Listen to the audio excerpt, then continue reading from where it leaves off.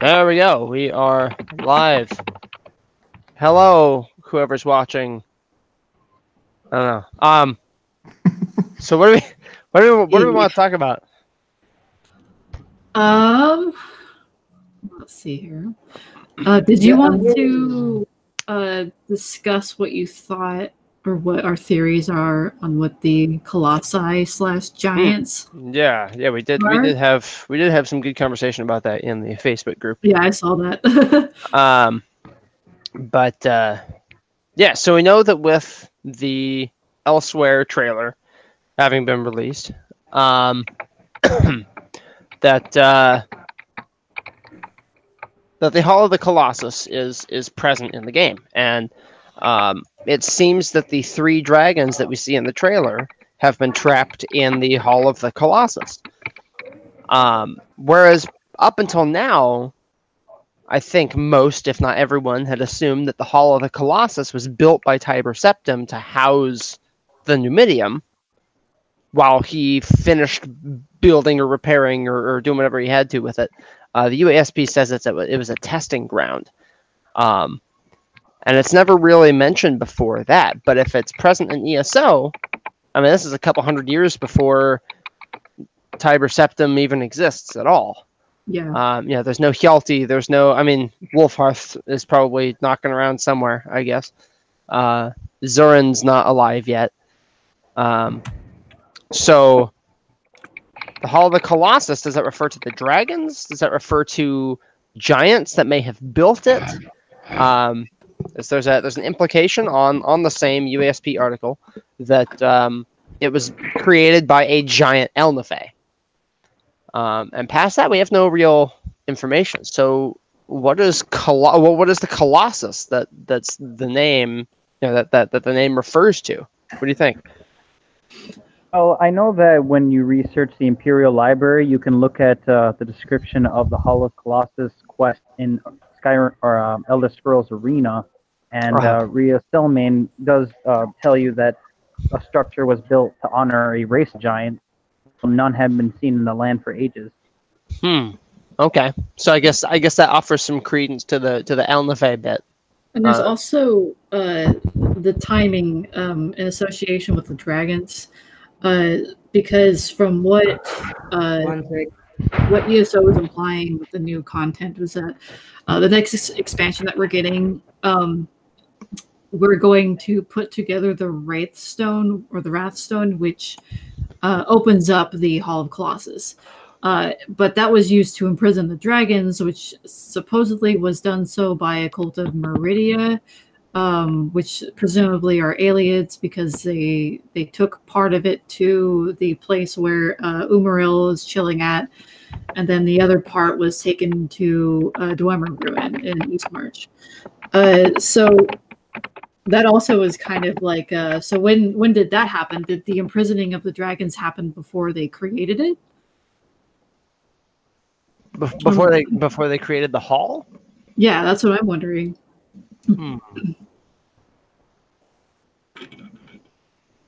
Alex, I muted your mic, by the way, because I could hear you. I could hear you typing. It was distracting.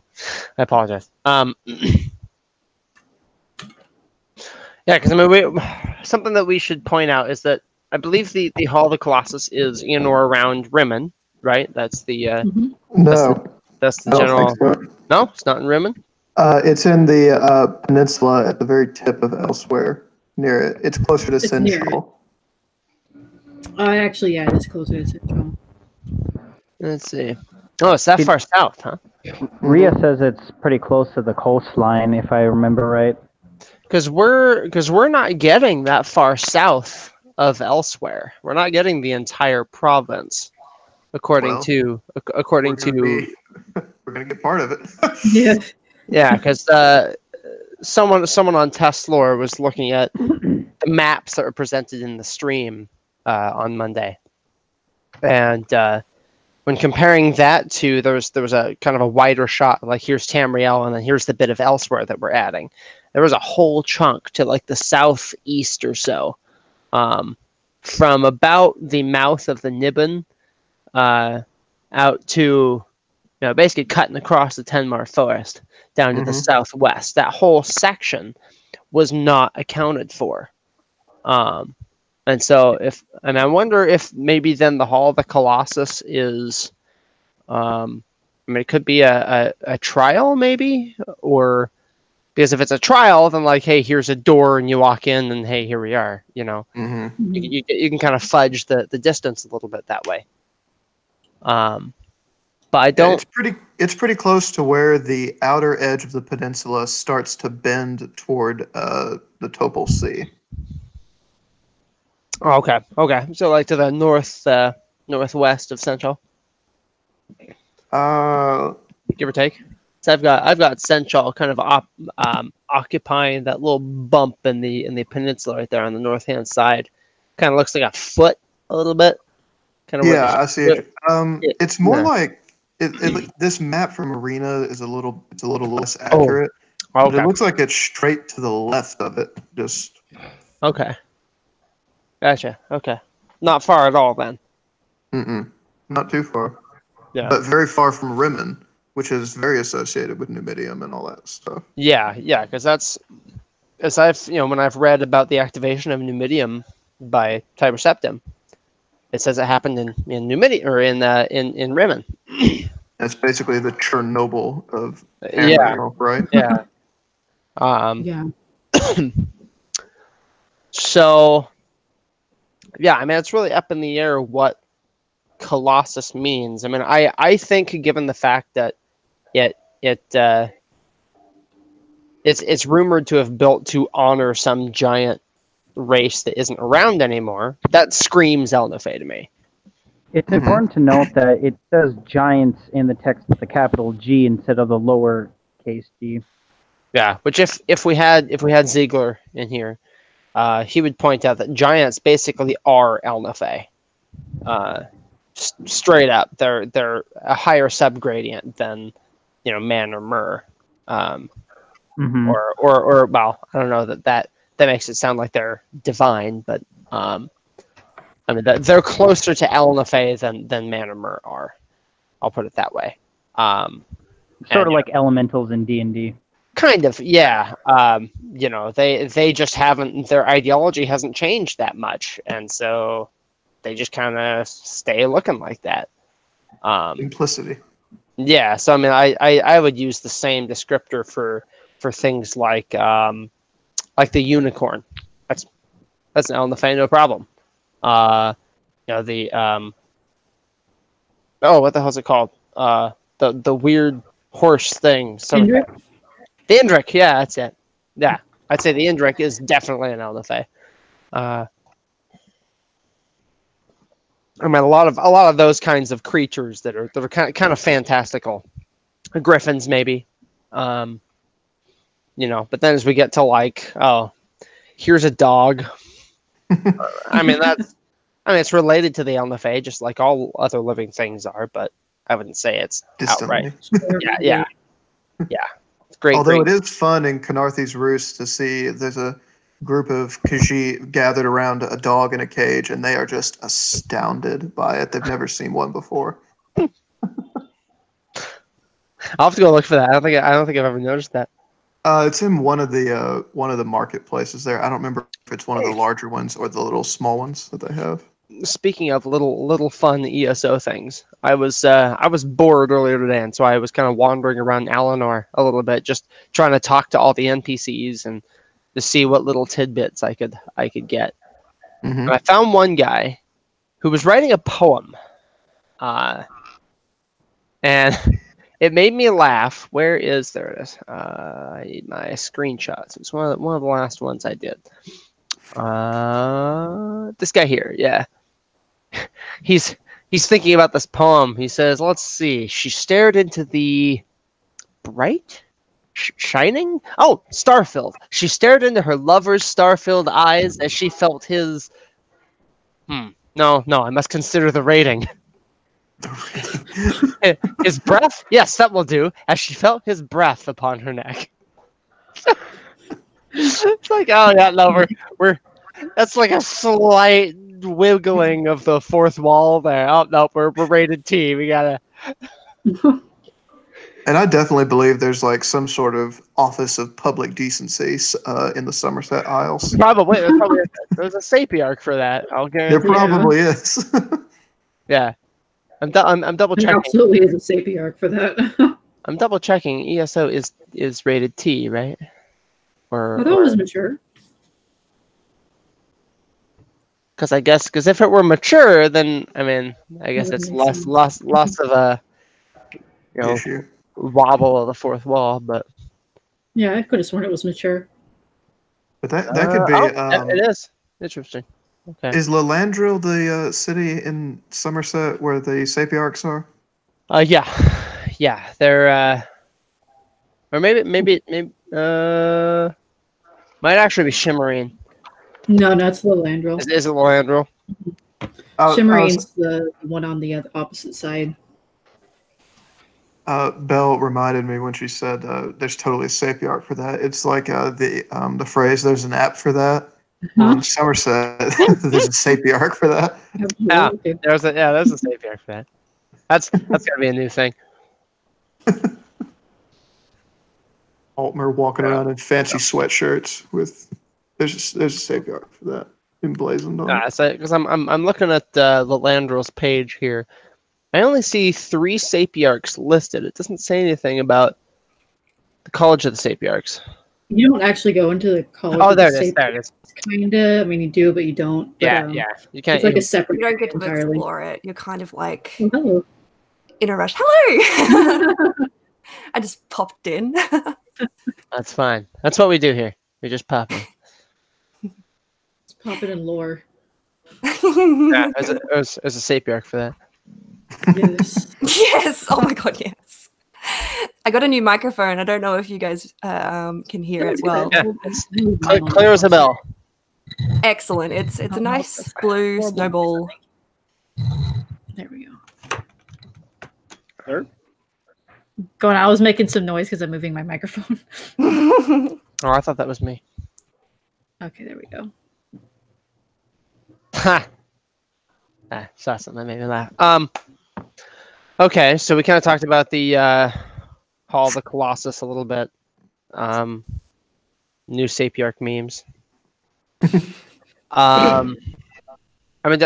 Should we talk about the just the elsewhere announcement in general? Do we want to? Yeah, Sure. I mean, Tackle that for a minute. Okay. So I was confused at first. Watching the cinematic trailer, I wasn't sure who the bearded dude was. Oh. Because it didn't look like Abner Tharn. Yeah, it looked a little different. I thought, okay, well, who's this dude? He kind of looks like my grandpa. Like, Abner Tharn's a little more slender. He's got sharper features. This guy, he's got some weight to him, and so Chunky. yeah, he's a chunky boy, and so like I'm watching him, and people told me, no, it's Abner Tharn, and then I heard someone in the stream, one of the devs, say, oh yeah, that's Abner Tharn, and I was like, well, okay, all right. I mean, it's probably set a while after the main quest of ESO, so he probably has had some rough times since leaving. Yeah, I think Michael Ziegler was telling me that we're like 20 years after the base game, which is interesting because I'll have to look and see how that impacts the other DLCs. Because if all the DLCs happened in 2E 584, then that's a lot going on in 1 year. So I don't know if are we assuming there's like even gaps of time between each installment? So we've got that there could maybe be a time skip. I think it depends on the installments. I think the Yeah. Clockwork City and Somerset ones would be really, really close together. Yeah. Well, and, I mean, I imagine Morrowind would kind of be in its own little pocket. Clockwork Well, I don't know City. because the Clavicus is association in it. Oh well, yeah, and I mean Morrowind takes place first before the Clockwork City does. Oh, okay.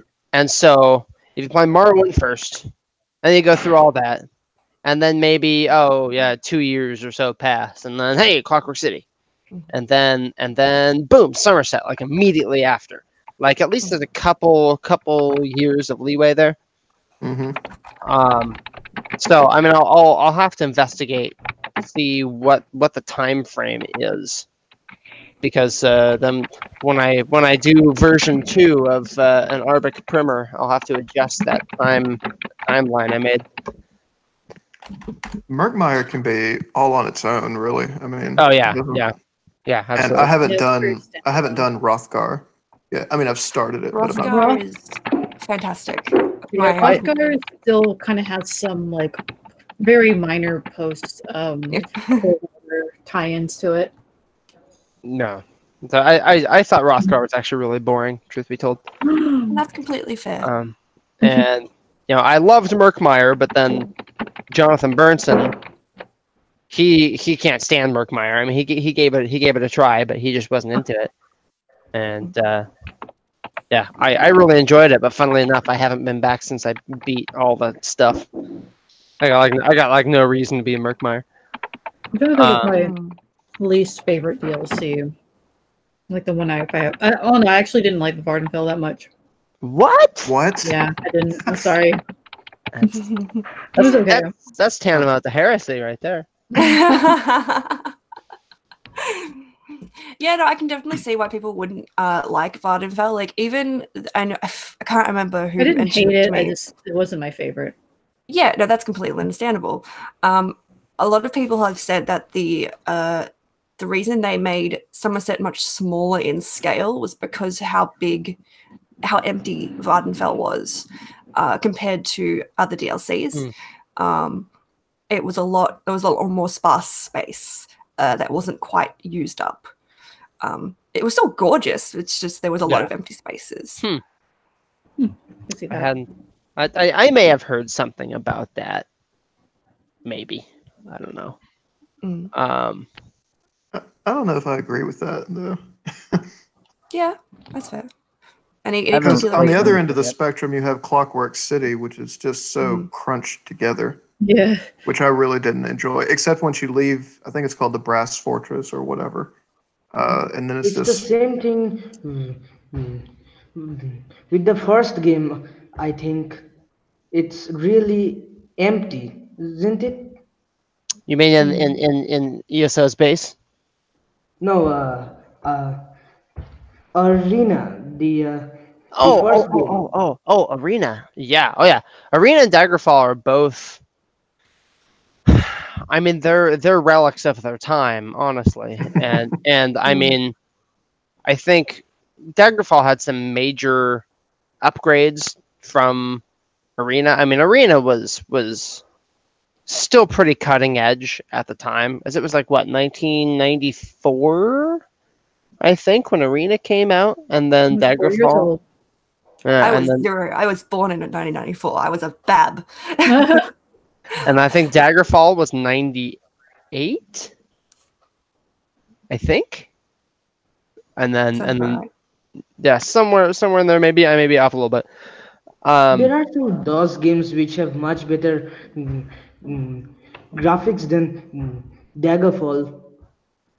Yeah, well, and I mean, Arena used a lot more of like sprite mechanics. So, there's a sprite this way, and if you walk past him and then you turn around, he's still facing you like the exact same way. Yeah, I mean, Daggerfall did a little bit of that too, but at least Daggerfall had like 3D rendered buildings, and I mean, it was really, really, just simple rendering, low poly kind of stuff. But I mean, they did it, and you could walk in this 3-dimensional environment and everything. I mean, it's been a while since did Arena do that too? Because I remember. It wasn't a 3D environment. I loved in It was- Daggerfall. I loved the idea of being able to have a horse and cart. I love that. Oh yeah, Yeah. that was cool. It was incredibly immersive. Yeah. I think the best thing about the second game is the court system, you know. The gold where they applied weight to gold and you could like take it to a money changer, that kind of thing. No, the court, like you do crime and Oh, you get taken to the palace and Oh yeah, there's a lot of like really yeah, interesting interactive things in yes, Arena and yes, yeah. Daggerfall.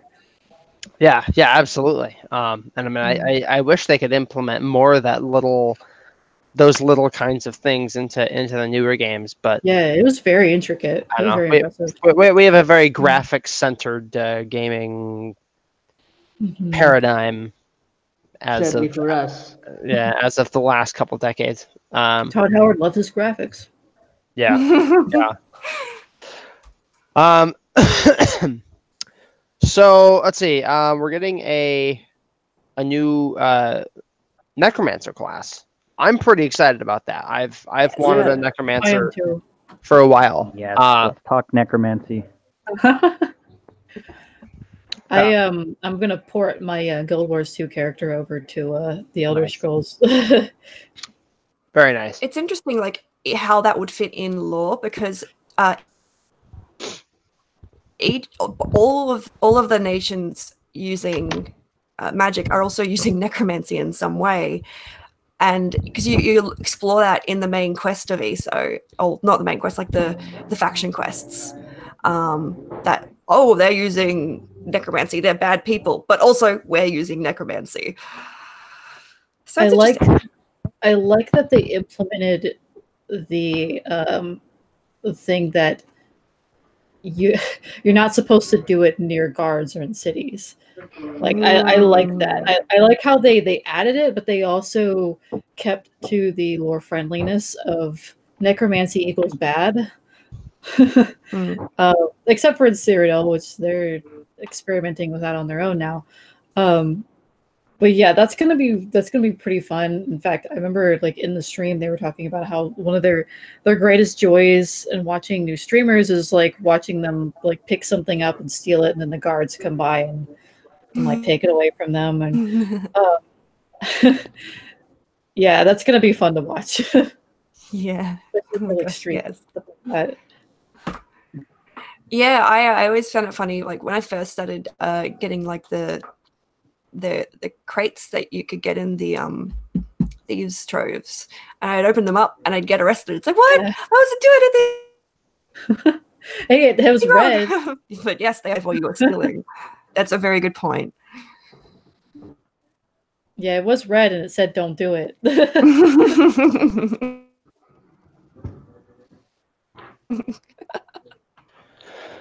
Okay, I think so I sorry. usually pour one out for the there's an NPC that stands next to the writ crates, like where you deliver your writs in Vardenfell, and I think I accidentally murder him like every day. yeah, well, and then I hate when they leave like, oh, here's a shield that we're just gonna put next to one of the boxes. Yes. Yeah. They accidentally steal it, and the guy's like, hey, and you're like, shit. And then the guard comes over, and you're like, God damn it. Just imagine like the process going through your brain. Like you have the crate and you have your item that you're supposed to put inside the crate, and then like your hand is going towards the crate, and then like out of impulse you accidentally just steal the shield and like stuff it in. Like, yeah. It's kind of like in like Darkest Dungeon when you've got like the issue where your members will be like, I have to open this crate and steal everything inside. yeah, that's what happens. Yeah, 100%. I'm trying to figure out why the chat from the video isn't coming in on here. I don't know how to do that. Can we look at Can it? you link So it? I have a question really quick. Yeah. Can we What's go- up? Do we see black gems in ESO or black soul gems? Black Soul Gems? We Question. see them, but we never get the chance to use them. If you go through Cold Harbor at basically any point in the main story, there are piles and piles of Black Soul Gems.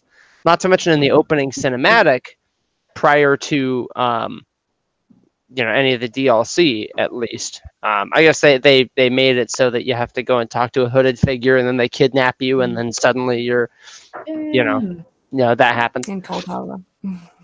think we'll And see a creation of a Black Soul Gem with the Necromancy class? I don't think we Hi, Dan. will. I don't think we'll see any kind of. I mean, I think they're going to stay away from soul gems entirely because that's kind of a shaky system in an MMO in general. Mhm. That's just something that I mean they kind of have to dance around a little bit because Mm. I would assume if we took ESO and dropped it in like Skyrim or something, you know, the game itself. And we had people dying in like MMO fights or whatever, and then they're resurrecting each other with soul gems. I would assume that those soul gems would have to be black soul gems. Because if you're replacing the lost animus, well, you'll need the animus from a sapient being to replace that. And so I think they kind of create a willing suspension of disbelief, and they go, "Oh, well, you're a vestige. That's what it is. You don't have your whole soul to begin with, so you don't need all this extra junk to get it back in the first place."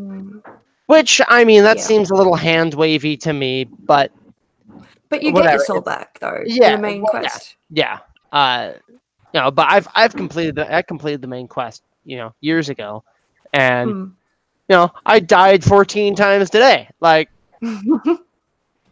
NBD. Well, I know that in real life, the- or well, I I'm know sorry, the what? Order of the Black Worm has like a 0% approval rating throughout Tamriel, but it'd be really interesting to see them perform a ritual that creates a Black Soul Gem because if I remember reading right, they're the ones that kind of helped bring it into Tamriel before, because I don't think we could Mm. see that yet because Mana Marco is not yet Revenant. Mm. Well, that's true. there are multiple ways to create black soul gems. Is the thing. Mm. One being Necromancer's Moon, and using an altar, and then the light from Mana Marco shines down on the altar, and you put in a Grand Soul Gem, and it shits out a black one for you.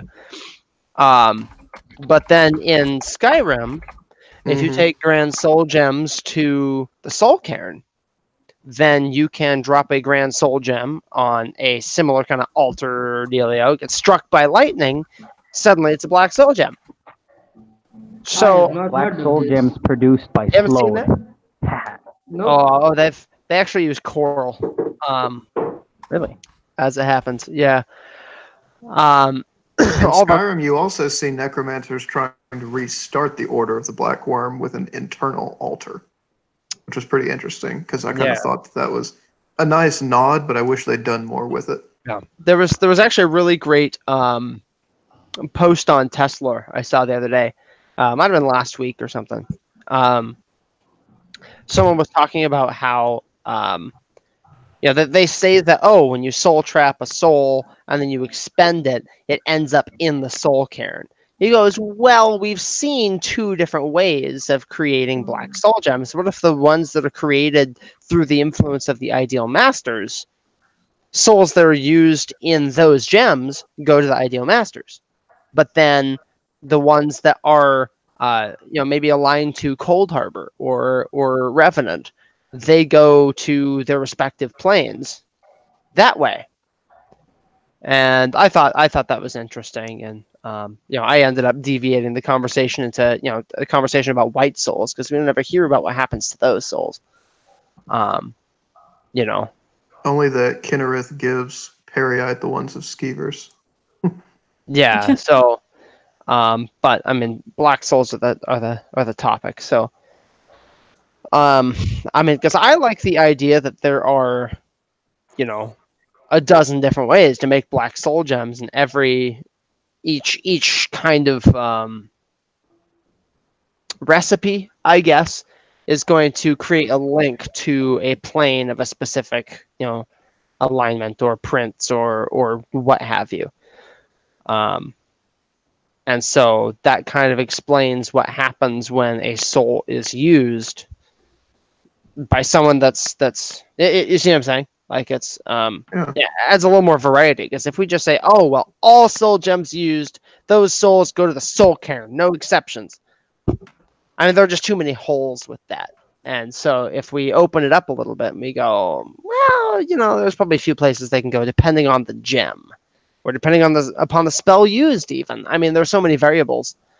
I mean, I think people that would say that, they have to not count ESO as lore, because I mean, like you said, in that cinematic, you watch your soul go to Cold Harbor.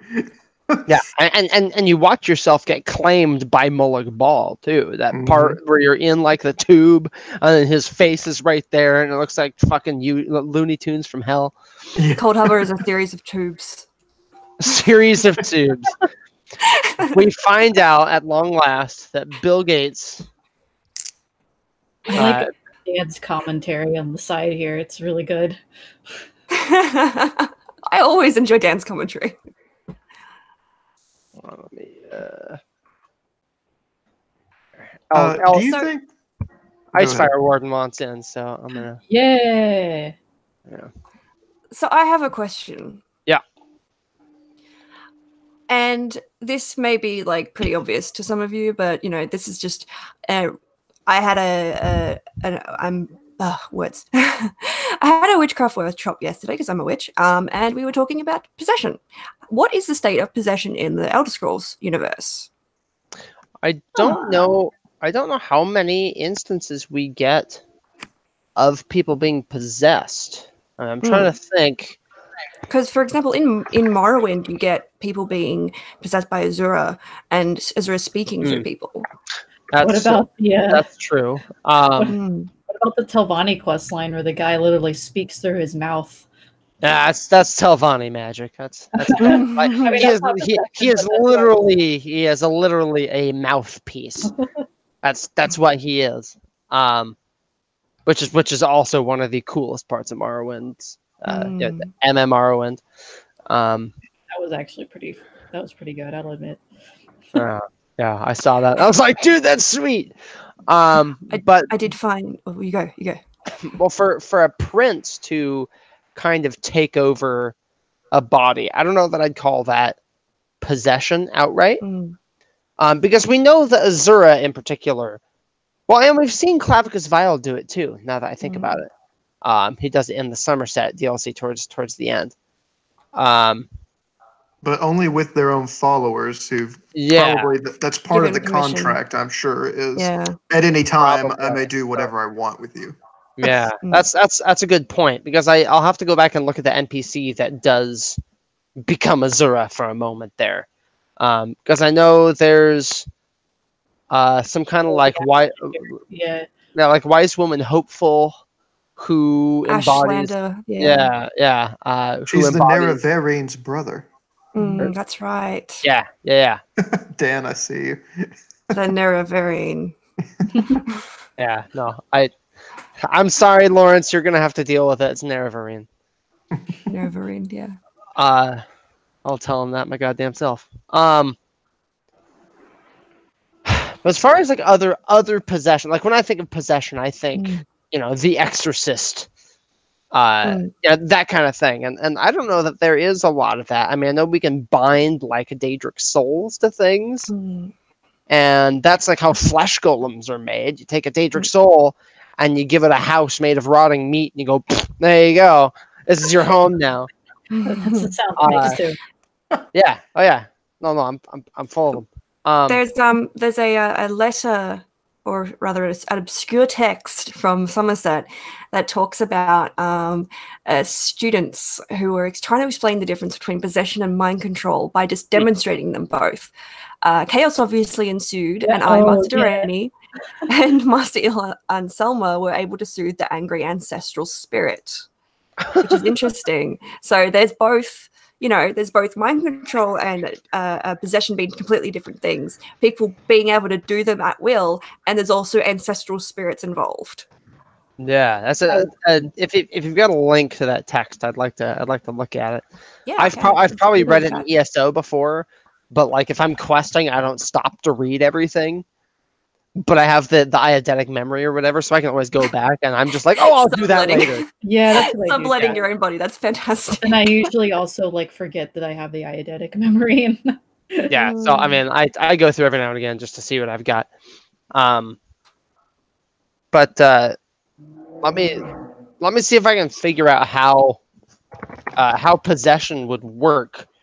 And then Dan had a question that I want to get to also. So I would imagine, well, there's an ancestral spirit involved, according to Gosley's letter, the Ninth of Rain's Hand. Ancestral spirits. Okay. So I'm wondering, having only read about 10 words this whole thing, that, and actually this kind of piggybacks on something that John Burnson wrote, basically asserting that it has to do with like genetics too. It's not actually genetics; it's just racial memory being passed down. Oh, okay. Via lineage. So, and in this thing he wrote, it's great. He actually supplied it to the Imperial Library's fan fiction contest, which was, and it got an honorable mention, so that was cool. But it talks about how he's this Thalmor like researcher, and he basically throws ethics by the wayside. It's like, I want to see what happens if you change the ideology of a child of a specific race. Do they take on the shape of another race? And so there's like forced breeding and breeding in control groups and like all they say, like it's super messed up, but it's kind of awesome. That's what the Thalmor do. So. Yeah. Oh yeah. Like it was super eugenics. And so, here we have a purebred, Nord female. We would call her subject A, and she bred with subject B to make C, and it's this whole thing. And so, eventually, you find out that the ideology, if a child of a race is born to someone with the ideologies of another race, then they come out more like that other race. And I think the implication was that it's a little more complicated. There were probably some other parts involved there, but they started taking on the mannerisms and a lot of the features physically of a specific race. In this case, the Altmer. So we had a Nordic person who, when born, had slightly pointed ears, and their skin was a little more golden, and that kind of thing. I'd have to go back and read it, but it ends with like, she's loose in Somerset, and if you think you know who she is, tell me. And if you've guessed correctly, I'll have to kill her because she wasn't. Because that would mean she was not totally indistinguishable. Yeah. Which brings up an interesting question from that book on racial phylogeny, talking about how Khajiit and Argonians, we don't have any documented of them successfully interbreeding. Could that be because the ideologies are almost incompatible with some of the other races, or at least exceptionally difficult? I mean, it could be. I mean, I think we do have some instances of. I think there's one instance of someone being like half Khajiit somewhere. I don't remember where. Someone pointed it out at one point, and I never went to investigate. Do you remember the other half? Well, I wrote a piece rebuking notes on racial phylogeny, and I mean, it had its own kind of logical flaws, and I pretend those are the flaws of the in-universe author and not my own logical inconsistencies. But I pointed out things like the Grey Prince and the Breton race as a whole, and I implied that the authors they were like the Council of Healers at the Arcane University, that they were engaging in racist tirades without actually looking for facts. They didn't have any evidence to support their claims, and so that was like my rebuttal. There were a couple more details, I think, in there.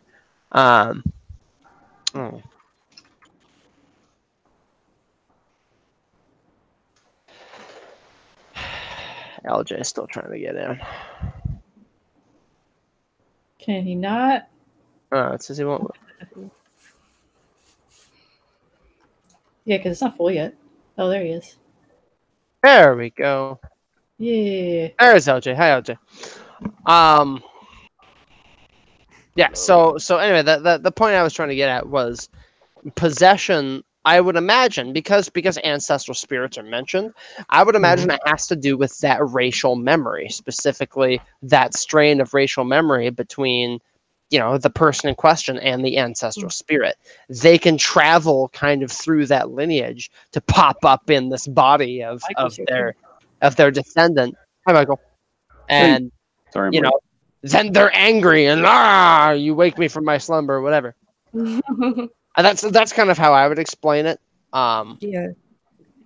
I mean, I don't know that I need to get into like the pieces of a soul or anything like that, because I feel like that can kind of be scooted aside for a minute, and the possessing influence can, Yeah. you know, And there's text like that. I've just put in the chat an example of an item that you can steal in Morrowind, which is it supposedly protects the wearer from Daedric possession. So Daedric possession is definitely a thing. Well, my counter to that would be that I can buy necklaces on Earth designed to protect me from demonic possession. That's a good That's not- point. That's not proof that it exists. It's a very good point. Was it like the Himalayan salt lamps? They like have antibacterial properties. They make your room clean or whatever. Well, salt is antibacterial, but Which yeah, but I mean, you can't light it up and expect the room to suddenly be clean. Like it's just not how it works. But anyway, Dan had a question. It was about white souls. Yeah, I don't know if it's been covered in game ever, but animals who clearly have souls that can be used, where these souls otherwise go? That was actually a question that I had in test lore, and I thought, well, if the soul, when used, goes to the plane of its gem's creation, well, then white soul gems, so lesser and greater and grand soul gems, where do those come from? Because that will tell us where the soul of this rabbit will go. And I don't know that we've ever seen it in game, but I was always under the impression that soul gems were mined. There are soul gem mines somewhere, and that's where we get the soul gems from. So you trap a soul in the soul gem, which is from Nirn. Well, then whose domain does it go to? Nirn doesn't have a domain unless it is the domain, in which case, I mean, does it just get spit out into I've heard this somewhere too, about the soul gem mines. Yeah, did you say you saw that somewhere? No, I heard that about that somewhere. So yeah, okay. So we probably have the same information. I mean, I don't know where. You can put souls in Varla and Welkenstones. So I mean, they're probably something similar, which is kind of like a meteoric glass of some sort. Yeah, there's like Welkenstones that have like alien souls in them. But I mean, they're made of similar properties, so they're probably like interchangeable. Because I figured. Go ahead. When did we ever see Welkenstones being used in lieu of souls? In Bankora, yeah, in Oblivion, I believe there's one, but the one I'm thinking of right now, there's a quest in a. Because I was kind of under the impression that Welkenstones were kind of like, well, I mean, I guess that kind of makes sense. Meteoric. They're more used as a source of power, I guess. Yeah. Yeah, because if the Welkenstone stuff in them. Yeah, because the Welkenstone holds energy from presumably starlight, because that's aliens. That's like their whole thing. Starlight and sunlight or moonlight, I guess. So then, yeah, so they store like it's if you use a Welkenstone in Oblivion, it recharges your magicka. So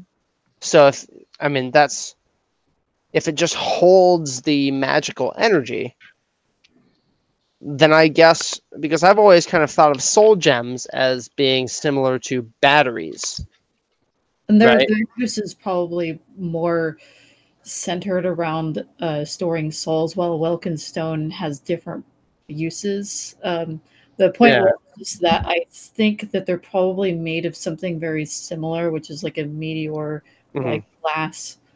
Yeah. I believe Welkin stones are indeed carved from meteoric glass. Oh, they are, but that's what we were talking about, like what soul stones could possibly be made. Oh, of. soul gems? Yeah. They seem to be made out of Ethereum. Yeah. Well, because Ethereum. I mean, are you talking like Skyrim Ethereum? Yes, I am. And the only reason I say that is because that's the best bet I can actually give you as to what exactly that stuff in Black reaches. Because I know, like in Morrowind, there are caves you can go into where there are giant purple glowing gems just like sticking out of the walls, and usually this is in like Telvanni territory. Of course, You know, and I mean, actually, one of the biggest one of the biggest pointers I had was doing the Telvanni quest line where you build your own house. You have to provide a soul gem to this lady. It's got to be like a Storm Atronach soul or something. And then it gets planted with like one of these mushroom pod things on top. And when Teluvirith is all done growing, when you go down onto like the main floor, there are little pits where there are glowing crystals at the base of the tower. So that tells me, okay, well, this magic caused the crystal to grow, like a crystal growing kit you might get from like WizKids or whatever. You know what I'm talking about? Like you just kind of grow your crystal. Like I imagine it's a similar kind of thing. And so this Grand Soul Gem has now, you know, become this bigger soul gem that is now kind of powering your house. You know, and the growth of this mushroom spire thing you've got. I would like to point out that I'm terribly sorry. I thought the Lorechat was going to start at the same time it usually starts, which for me would be not for another 2 hours. Yeah, sorry. I set it at 5 because I don't have a child to put to bed today. I see. Mm-hmm. So I can get crunk a lot earlier. What's that? I'm surprised you're not talking about the correlation with soul gems and the fact that in Meridia's covered rooms, you can literally see giant soul gems flying around. Yeah. One that Shivaditya pointed out in the chat that sometimes in Skyrim, when you mine, you get soul gems.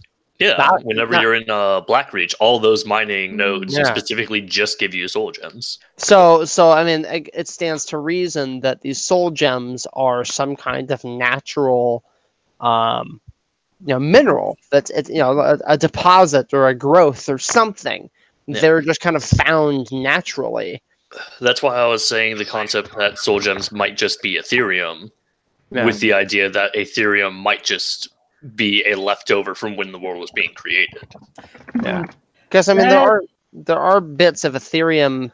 Maybe it's less. It's less potent than less what concentrated or something. Yeah. Now I had an idea, and forgive me, I just woke up from a glorious nap, so my brain is still kicking into gear. I had a theory that soul gems were actually from Oblivion, which is why they were able to absorb souls. That's also my theory as well, Michael. I was going to say that as well. Thank you for putting those words into words. And I can't remember how I came to that.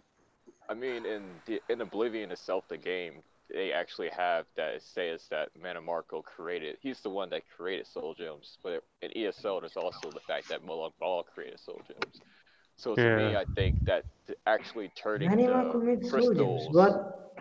Yeah, everybody creates soul gems because Manamarco isn't original. So then I'm wondering if we can probably say both of these are true.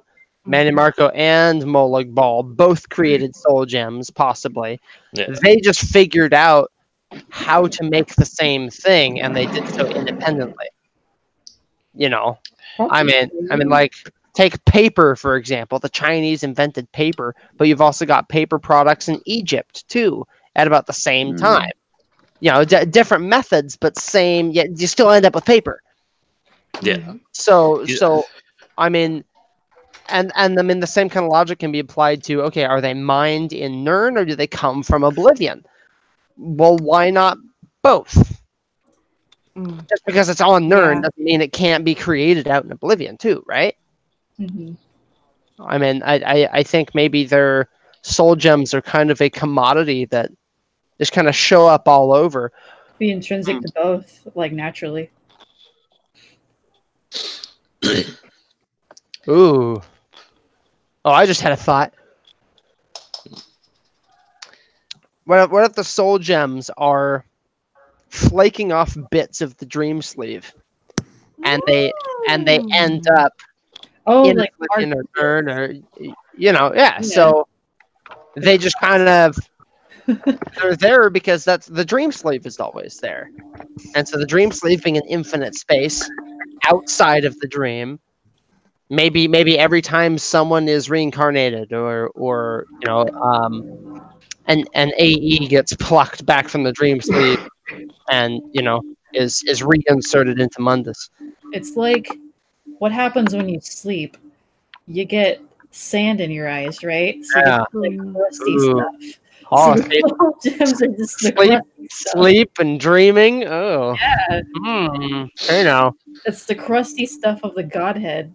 The crusty stuff of the Godhead. God. Oh, why would you say it like that? It's the crusty eye junk of the Godhead. Am I wrong? That is brilliant. I love that. Oh, God. Lore without context. So, on the list of semi-fun things, I am finally back in college, and I have 2 anthropology classes, a sociology class, and an Africana studies class. And because I have 2 anthropology classes, both on the same day, I've decided to start looking into characters who could be considered anthropologists in tests. In this case, Phrastus of Elenir and Lady Cinnabar. Yeah. And I start to realize something. Phrastus of Elenir is 100% just a goddamn armchair anthropologist. There's a great quote in I think it's a loading screen in ESO. It is. What is it that the one somebody was trying to make a tower. Oh crap! What's it from? That they're trying to make an imitation of is it the White Gold Tower? Is it the Doomcrag? Yes, That's it. Yeah. That's it. Oh, and Phrastus says, "I have no idea what that means," and I'm like, "Phrastus, you scrub! Even I know what that means." God, yeah. He's even like speaking to Phrastus in game, where it becomes very obvious that not only is he an armchair anthropologist, he, as a general rule, has like no concept of how to actually do research. Because when you speak to him in the Imperial City, he'll tell you, my colleague, Lady Cinnabar, would say that these Telvar stones are the keys to unlocking the secrets of White Gold Tower. But how much do you think she'll be selling those keys for? Like, completely misunderstanding the concept that they are not literal keys. Mm-hmm. That's both hilarious and depressing at the same time. And it makes me so sad that a lot of people really like Phrastus. Because they're just like, wait, what about... But Lady Cinnabar, like, the only reason Lady Cinnabar even asks for, like, donations or like, people to help fund research is because she kind of needs it so she can actually go out into the field and do research. I think one of the better ones was Phrastus's books on the Daedra, where he just constantly asserts that every single civilized person on Tamriel knows that the Daedra are evil and that you should not worship them. And then Lady Cinnabar's response to this was writing a book where she just says straight up, not everyone cares about the Daedra, Phrastus. Interesting. I found something that says that it basically that the Waywest Mages Guild was looking at theories about the relationship between the spherical shape and suitability as soul gems, and that they believe that a spherical design bestows greater magical capacity for animus storage rather than the traditional crystalline shapes. Which makes me think I remember that. Sigil stones. Yeah. Which are specifically only found in Oblivion. Deadlands, yeah. Well, yeah. there's a discussion about um, about sigil stones in the book Liminal Bridges. I'm reading that. Yep. Yeah, it talks about how to create a sigil stone, and you basically have to like get a prince to agree to align the sphere with their essence or whatever, so that you can travel to their plane. Mm. And it's like, yeah, well, it only opens for about 5 minutes. So, I mean, if you want to take all day chanting and reading the Book of Law, like, I mean, that's your prerogative. I don't think it's worth it, though.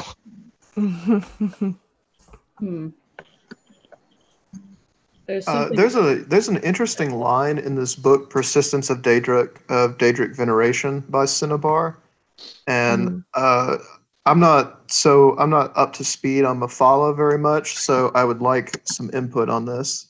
Ask the gardener why she asks Mephala to spare her vines from slugs and worms.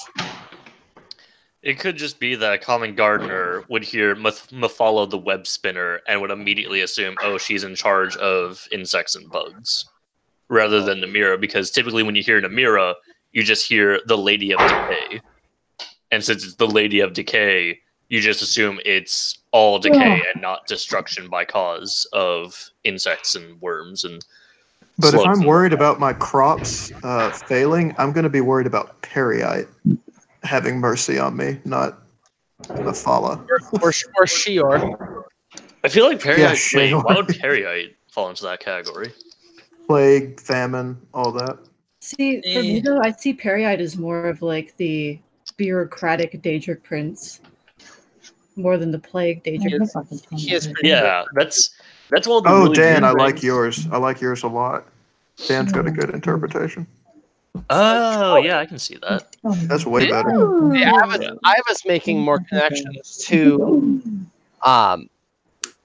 the Morag Tong, which translates to the Foresters Guild. Foresting is just really big gardening. And so if the gardener is praying to Mephala, it has to do with that connotation with protecting the forest or whatever. So I'd like to point out. Sorry. I mean, they could just as easily pray to Hermaeus Mora for the same thing because he's the woodland man, but And the gardener of men. Yeah, but I feel like Hermaeus Mora may only be called the Woodland Man in places like Skyrim. Well, do you guys want to know a piece of lore that was cut out from Oblivion Mobile back when it was still a thing? Oh yeah. I think I saw a playthrough of that on something. I saw Daria do a playthrough one time. Oh, did you? Mm-hmm. But back then, there was a book, because back in Oblivion Mobile, it took place in basically High Rock, and it was basically a completely different game from the actual Oblivion. And there's a book where they talk about Akatosh in the beginning of the universe and shit like that. And in that book, they pretty much say that Hermaeus Mora is a straight up splinter of Akatosh. I've been telling people this for ages. Oh, yeah. Neat. Yeah, no, that's something that I've been operating on for a long time now. What was that picture again? So I found a. Oh. Go ahead. I found a comment on a Tesla thread, which is there any credible source as to where the dwarven animunculi get their soul gems?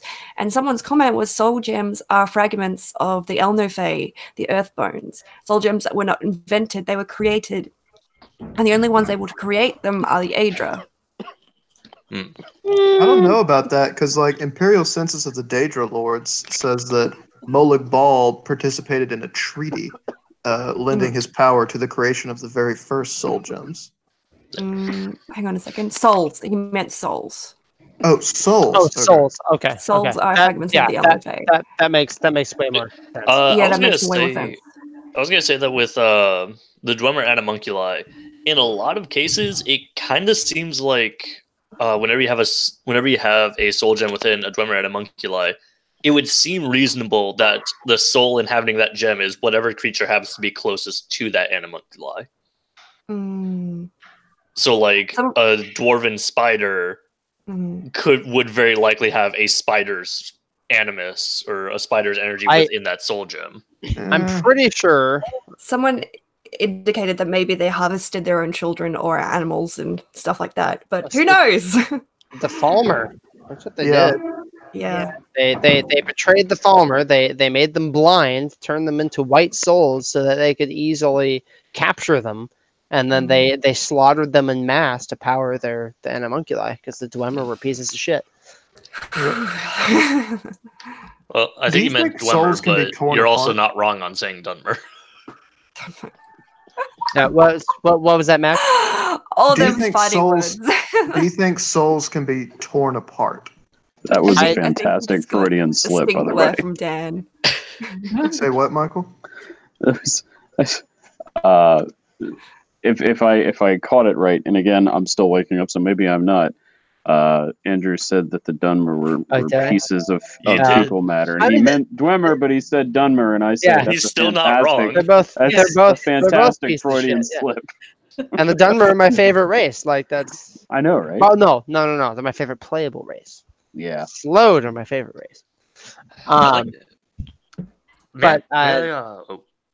Well, Mac asked if a soul could be torn apart, and I would asked say because I've got this headcanon in my head of like these Dwemer, they get like a Falmer and they strap him down to a table and they sort of just start using their tonal magic to blast him with it, and they just sort of splinter his soul and put it in little small soul gems until they're able to devolve them. Or, it's not really devolution, but you know what I mean. Yeah. Because I think a part of the soul, part of the whole point of it is that it's modular. You've got three main pieces. You've got your animus being the power source. That's your battery that animates you. Then you've got the AE. It's the sense of self. That is what makes you you. That is Descartes cogito ergo sum. I think, therefore I am. And then you've got the memory, which is, the AE and the memory are very closely tied together, I would say. And the soul gem captures all three, but when you use it, it uses the animus, while the AE and the memory are sent to the dream sleeve or whatever plane the soul is destined for. The memory is recycled as water, and the AE floats around the dream sleeve for who knows how long. I'd actually think it'd be kind of cool if eventually we have a quest at some point where you're tasked with testing a new kind of soul gem that some wizard has come up with, and he gives you like a list of like, here's 5 targets. These are people that I hate. I would like for you to test it on them, and then he has you just enchant some weapon with them with that soul gem. But the thing is, the soul gem he has created is a soul gem that spends all 3, and thus their AE and their memory are also bound to whatever you enchant them with. I think it'd be interesting. Yeah. And I know there's at least one instance that I can think of where the AE of a creature has been kind of stuck to its animus, and that has demonstrated itself in an enchanted object, and specifically it's a necklace of Potima, the Wolf Queen of Solitude, because when she was born, like they soul trapped a werewolf, and then they used its soul to enchant a necklace and gave the necklace to Potima, and so Potima had this just snarling wolfish nature. And it's thought that the soul of this werewolf had like corrupted her or something. There's also later in the story that she gives it to Pelagius as a boy, and like the werewolf has been stuck in there so long, that, it's gone nuts in there, and so that's sort of what contributes to his mental decline. Yeah. There's also, of course, the fanciful story that Sheogara showed up the day Pelagius was born and kissed him on the forehead. Little smooch. Yeah, which with now, who knows? The thing with Peridite, I feel like a lot of people just sort of conflate him with being, he's the Daedra of plagues and whatnot, but that's not exactly his role. Yeah. Peridite, as most or all of us know, is the taskmaster. He is in charge of stasis in a word. he's basically status quo. He's more natural stasis rather than hard stasis. In this context, trying to keep things back in balance so it doesn't tip one way or another. Yeah. That's why he makes plagues, because he's effectively just using plagues as a quick way to rebalance things. Yeah. I approve. Yes. Like, that's the thing. If you're a worshiper of Perioites and you're just kind of living on this island by yourself, and you never really tip one way or another, well, congratulations, Periite thinks you're doing a pretty good job.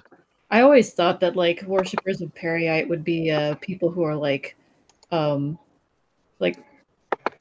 handlers, clerks, like document, And they don't get any sick days. Yeah, people who are like handling documents and bureaucracy and whatnot. They just need like that little boost of organization. What do you think about that, LJ? You're kind of our resident Periite expert. I mean, I agree with basically everything everybody said. It's a good point to realize that all the games that Perioites appeared in, his worshippers have always been monks, which I thought was really interesting to me because, like, the Daedric princesses, whatever, they either have warriors or, you know, all kinds of different occupations for their worshippers, and Periite's the only one who doesn't. They're always some kind of like monotheistic attribute to all of them. And I thought that was really interesting to me, and I always like Kesh the Clean the most because he's like straight up like chill, like he's like, hey, go get some shit so you can get high so you can talk to Periite. And just like, cool, okay. You know, Same. You know, like Periite just like the fucking world gets all neon colored, you know, you fucking start smelling the clouds and shit. Periite's like, what's up, dude? I've been watching you for like ages. You want to do some work for me? You know? Just been waiting for you to get the right kind of high so we could talk. Yeah. But Periite's worship is always like, I think that he's a very misunderstood person, or god really, and he's very thing, idea, concept, blood, birth thingy. But he says there's so many things he could do, or that there's so much mystery around him as an entity. Like the Shadow of Akatosh, he's probably one of the oldest princes. He has close relations with all of them. His spear is fucking massive. Yeah, he doesn't barely do anything. I just think he doesn't really care about much. You know, he's like the perfect boss. He's like, he does his work. He makes sure you do your work, and then he just does stuff by himself. I feel like it's not really a matter that Periite doesn't really care about much. It's more that he cares about things on a grander scale, and as such, he doesn't care about individual concepts within Muntus. It's the same as why like Jigalag like may very well be out there, but we haven't seen him because hey, guess what? Jigalag doesn't care about the Mundus.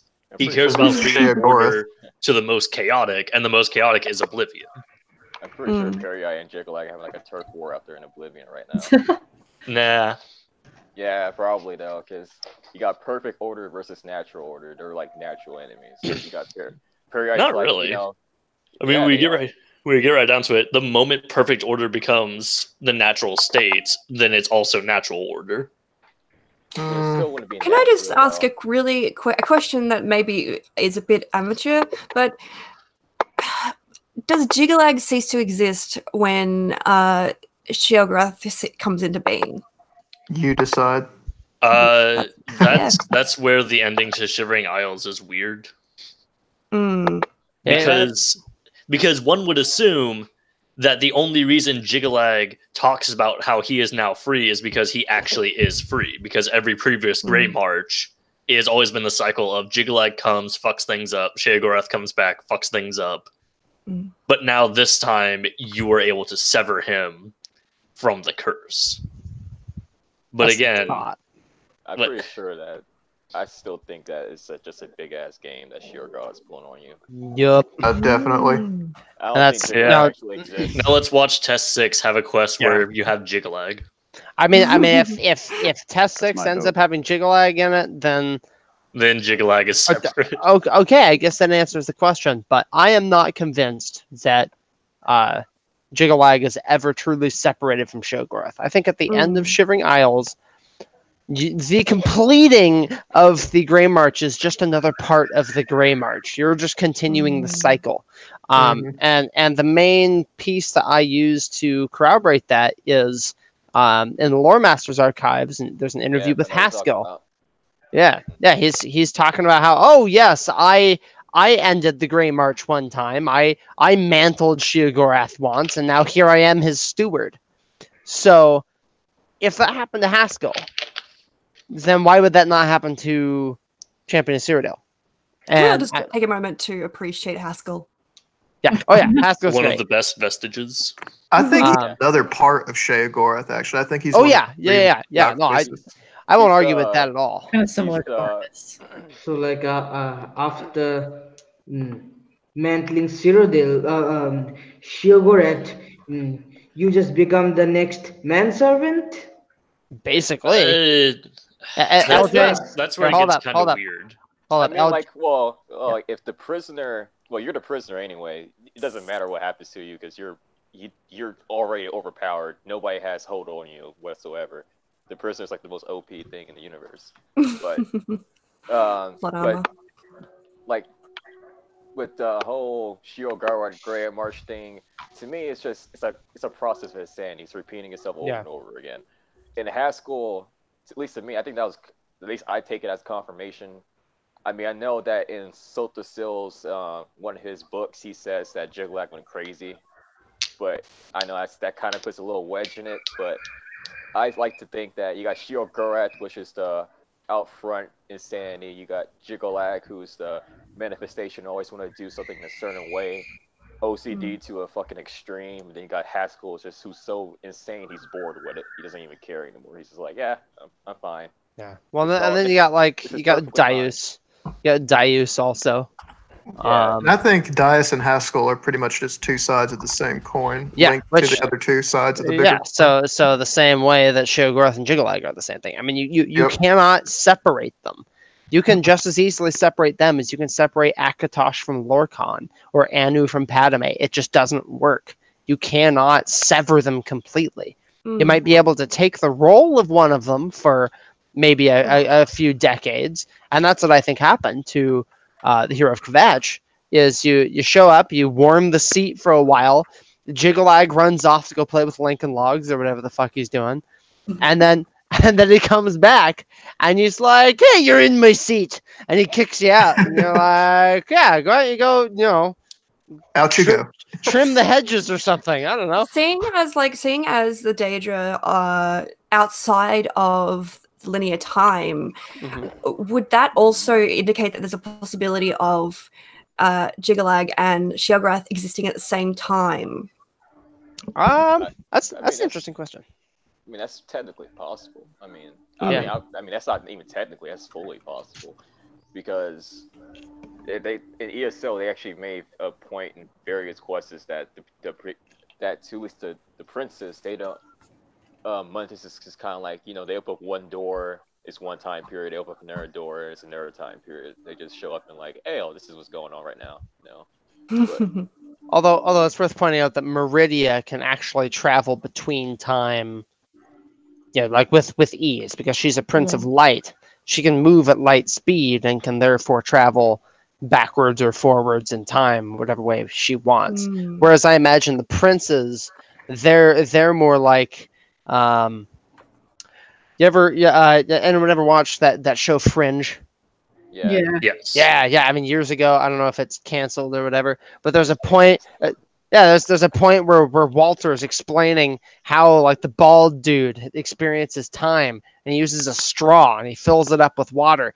He says, "Okay, this is how they see time. They see past, present, and future all at once."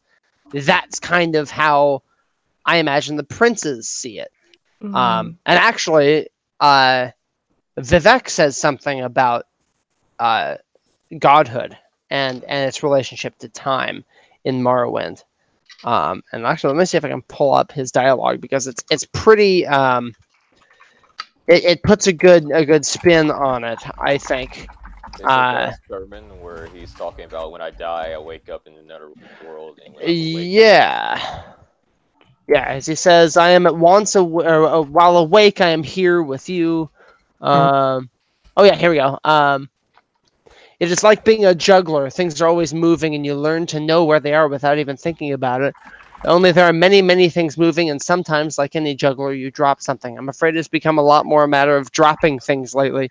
There's too much to do and not enough time, and I'm losing my touch. Perhaps I'm growing old.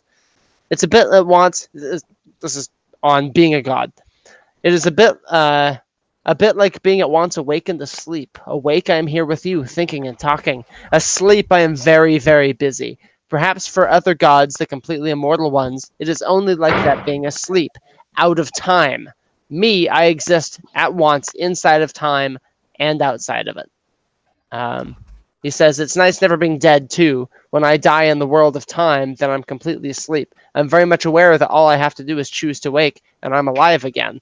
Many times I have deliberately tried to wait patiently, a very long, long time before choosing to wake up, and no matter how long it feels like I wait, it always appears when I wake up that no time has passed at all. That is the God place, the place out of time where everything is always happening all at once. So I imagine that that's kind of how it is for most Daedric princes. For Meridia, at least, she can choose where she's at in time. Just sounds like reloading save files. yeah. Yep. Which, I mean, lots of people prefer the meta. Kim is the command console, which I don't particularly like that. It doesn't Well, to be separate fair, you're the game and prisoner. You law. don't achieve Chim. You achieve something far greater. But yeah, It gets I really think weird it- when we start mixing game and law. I think it's a decent metaphor, but only if you understand it as a metaphor and not a direct thing. Mhm. You know, with with working the console, you have to know the commands, and in tests that would be Elnofe, and you have to have the ability to implement the commands, i.e., open up the console, which would mean that you have to open what in the sermons is called the provisional house. You have to go to the place that is not a place and speak the proper words and able to in order to reshape reality. So it's a metaphor for something that exists within the TESS universe, but it's I actually explained the concept of Chim and the prisoner to someone this morning. Oh boy! And I think I might have given a good explanation. If you were to relate the entirety of TESS, the entire universe, as being a tabletop game, wherein the Godhead is the DM, then the character who has achieved Chim is the Godhead's self-insert character. Meanwhile, someone who is the prisoner is an actual player and is therefore not bound to the Godhead. They can do whatever they want in the universe. Yeah, that's how I thought of it, because it was I actually really like that. It's a very succinct way to put it. because there's a very distinct difference, and then it also explains why the prisoner can't achieve Kim, because I kind of see the Godhead as the person who's creating the story and writing it, and they don't have as much liberties as someone who's able to play and make decisions as because the Godhead has to make sure that things keep staying consistent, even if things get weird. Meanwhile, the player can just do whatever the fuck they want. And the Godhead can around them. The Godhead can can limit choices, and it can guide the prisoner in a path, but ultimately the prisoner makes the choice. Well, it's something even greater than that, because in my rewrite of Anuvinasi, a metaphor that I use similar to the D&D one is that, at least when you play D&D, everybody makes rolls. You roll the dice for everybody. The prisoner is the only person who rolls their own dice. And when they get a critical failure, they're just like, fuck that. And they just re-roll again. That's what makes the prisoner so special, because no one controls their fate. And they can change their fate regardless of where they are, no matter what they need. If they need something, they have it. you know, they're If you could literally change your fate, would you? If you could change your fate, what size would you get? That's why Sothasil is like so envious of the prisoner, because he's it's not exactly as if he's a DM, but he observes the DM and he's like, there is a Disney princess. Yes. Oh god. Thank you, Dan. Okay, here's how we can put it for Sothasil then. Because Sothasil, in this context, he is not a player, nor is he the DM's self-insert character. He is the DM's best friend who's just sitting next to it and watching everything unfold. Yeah. Like giving pointers on rule sets. Well, not only that, Charlie, but I would say that like he's the DM's friend, but he also has a character and he knows everything that's going to happen to his character, and he's like, all right, just play it out already. Yeah. Oh well, I kind of feel like he's that best friend that's kind of sitting to the side. He's like, that rule works like this. This is how you got to do that. See, here I've got this rule book. Check it out. You forgot this thing. Yeah. Oh yeah. Godhead's like, all right, smoothing things over, and at the same time, he's also writing his own game on the side. Yeah, in Python.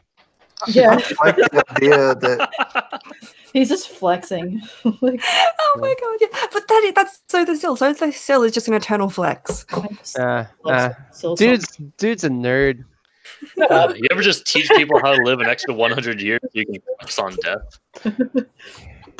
And then like I fucking love Sothasil. The people in the game talk to Sothasil in character, and he just tells them that everything very subtly that's going to happen. You're gonna die. I have this thing here called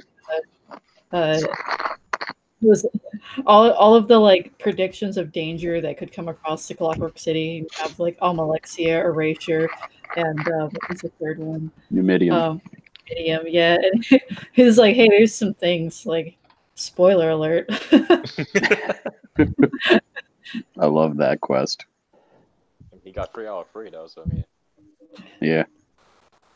I always thought that the idea of the Clockwork City is him just kind of writing his own game to be like, I'm so bored of this, because there's plenty of instances where he actually doesn't really know everything that's happening in the Clockwork City, and he likes the fact that it's unpredictable and it's imperfect, right? Despite what is said in the Truth and Sequence, which is a whole entirely different set that is kind of like a different layer to Sothasil that is entirely different opinions and matters on perspective and whatnot. I'm answering a question here about orc customs, particularly the Forge Wife. Mm-hmm. And this guy has he's under the impression that, oh, that's Khaleesi Slayer. Oh shit. Well, never mind. Oh god damn it! Is it? Yeah, it's Khaleesi Slayer. What is his impression? He said, "Oh, I've got mods installed, and it looks like all orc mothers are called Forge Wives because it is their role to teach their sons how to smith." I'm like, no, there's only one. The Forge Wife. Yeah, the Forge Wife is a wife of the chieftain whose sole duty is to oversee the forges. That's why she's a Forge Wife. Yeah. It's not every single orc mother. Khaleesi Slayer. God. That's your favorite person. Don't be like that. People have asked me to ban Khaleesi Slayer, and like I can't do it because they haven't broken any rules. They just kind of ask. But they're obnoxious. They are. Is this on test lore? Yeah. I really need to spend more time there. You should. I plan to. Yeah. I'm on there causing trouble pretty often. I only solely lurk because sometimes I see things on there and it instantly gives me mesothelioma. Are you mesothelioma? Oh, shit, I need to find. There's an actual name on there because I just made that up. My Opa died of that. That's gonna be my name on test. All right. Okay, so you know how like back in 2014, my someone tried to get an God. AI to write a movie script and it was horrible? No, it was fantastic. What are you talking It about? was You shut your fantastic. mouth. It was horrible. It was absolutely amazing. It I had was to read throughout that better than The entire Room. thing Michael's in voice my actually film class. It said was that. tedious and annoying. No, that All right, no, but it's incredible anyway, because Michael. if you okay, I have to say it. You can't diss my friends who are artists and yet not fully sentient yet. So this movie, okay, granted, there is a lot of word salad in this movie, and that's because the computer hasn't reached a level of sapiency and sentience that it can communicate with us the way that it needs to. But if you look at the subtext of that movie, the whole thing is about not being able to communicate. It is absolutely freaking brilliant. Does anyone have any words for that? Anyway, I have several. the major thing I was bringing up is that this has led to a giant meme of sorts where people will say, "I fed an AI X amount of something." Oh yeah. And this is the result, and I need to go find it now. Nummy humanity. Give me that sapience. Yeah, I actually when I first saw it, I actually like started to do like a philosophical analysis of it, and I was just absolutely blown away. It's really I actually haven't seen it. But I I think appreciate from that. tremendous. I think that's giving me some like Do Androids Dream of Electric Sheep sort of vibes, and Yes. something I get into pretty big. All right, I found it. I forced a machine to watch 1,000 hours of lawyer commercials and then make its own commercial. Right. This is the I've seen result. that one. This is, by the way, actually written in Celtics, so that makes me very happy because it's actually written as a script, and I would love to be able to make this sometime. Better call Saul. Interior, firm law room. A lawyer stands next to a shelf with books. The books are very wide. They have eaten too many words. Lawyer, have you been hurt in an accidental car? Has the government sold your lungs without asking nicely? Are you mesothelioma? Answer me. The lawyer opens his briefcase. It's full of lemons. The justice fruit only lawyers may touch. Lawyer continued. If That's so, good. you can act entitled for money. I'll help. I graduated from my law school and all my teachers were bitten by dogs. Words scroll across bottom of screen. There are cases that lawyer takes. Unfair stabbing, illegal shoes, music too Canadian, sue the rain, divorce your toilet, fake sons. Lawyer continued. I have been a lawyer for over 35 weekends and I'm currently dating the Bill of Rights for fun. We see the Bill of Rights. It's in love. The lawyer will break its heart. There's nothing we can do. Lawyer continued. Let me use it to send your asbestos to court. I will wear 2 suits and promise to steal the judge's gavel for you. The lawyer opens up the jacket of the first suit. Millions of gallows pour out. His promises have worth. Lawyer continued. My clients never go to jail town. We see his past clients. A tornado. A tornado. A tornado. Lawyer continued. Remember, you don't pay any money unless you want to pay us. Call for a free use of phone. The phone digits appear. It's your social security number. I love that so much. Like they make me like cry laughing. I'm actually crying right now. No, I was crying the entire time. Okay, so to tie that into lore, that's actually that's a goblin lawyer. It's AI. I love it. Bit of a thing. Andrew, could you say that again? I'm still laughing too hard. I said that's a goblin lawyer streaming Yes, his it commercial is. on the Dream Sleeve. Yes. Yeah. I love it. Andrew, I'd like to see you write like slowed lawyer talk. You know, Oh man, something, that's you know, so what I boring. have in mind is something like, you know, your client stabbed the mother of my client and he is overjoyed. You must pay compensation or something like that. Well, I mean, a slowed wouldn't be overjoyed. That's my point. He's getting the emotion very wrong. It's Yeah. not overjoyed. Yeah, I don't know, maybe. I've got this piece I kind of been sitting on about between Thros and Numidium. That's kind of cool. But Oh my. Oh my. I simply call Numidium denial. That's legit though. Let me see if I can. Let me see if I can pull it up because I don't remember the last time I worked on it. I think I just titled it "Denial." I've been doing this whole stream without my glasses, and I've realized how bad of an idea that is. Oh, it's the denial. I'm gonna go get some tea and my glasses. Yeah. I'll read it to you here. The denial came for men, and the men died. Then the denial came for the glittering mirrors set in summer. Their crystalline spindles shattered and fell. Then denial came for the masters of song and sap and green. They resisted for a time until they too were snuffed out. The horizon bitch, the whore of blade sheath, the peddler of crimson, they fell to the denial, and they were mourned in mass and hymn. The denial came for Thras, and Thras offered nothing but spite. Teeming with water and stone, the biggest spat in denial's face. You cannot control Thras, autumnal thrum, for denial is trifling compared to this one's clutch of mountainous waves. By the bloat, the negative ends upon this rock. The hatred of Thras is all enduring, and no tones can dissever anathema. Configure net aught within the twice-fold aperture be rebuked. This is beautiful. He literally just said, take your nose, shove it up your ass. Configure net out NO within the twice-fold aperture. Your butthole. Be rebuked. I forgot I wrote that.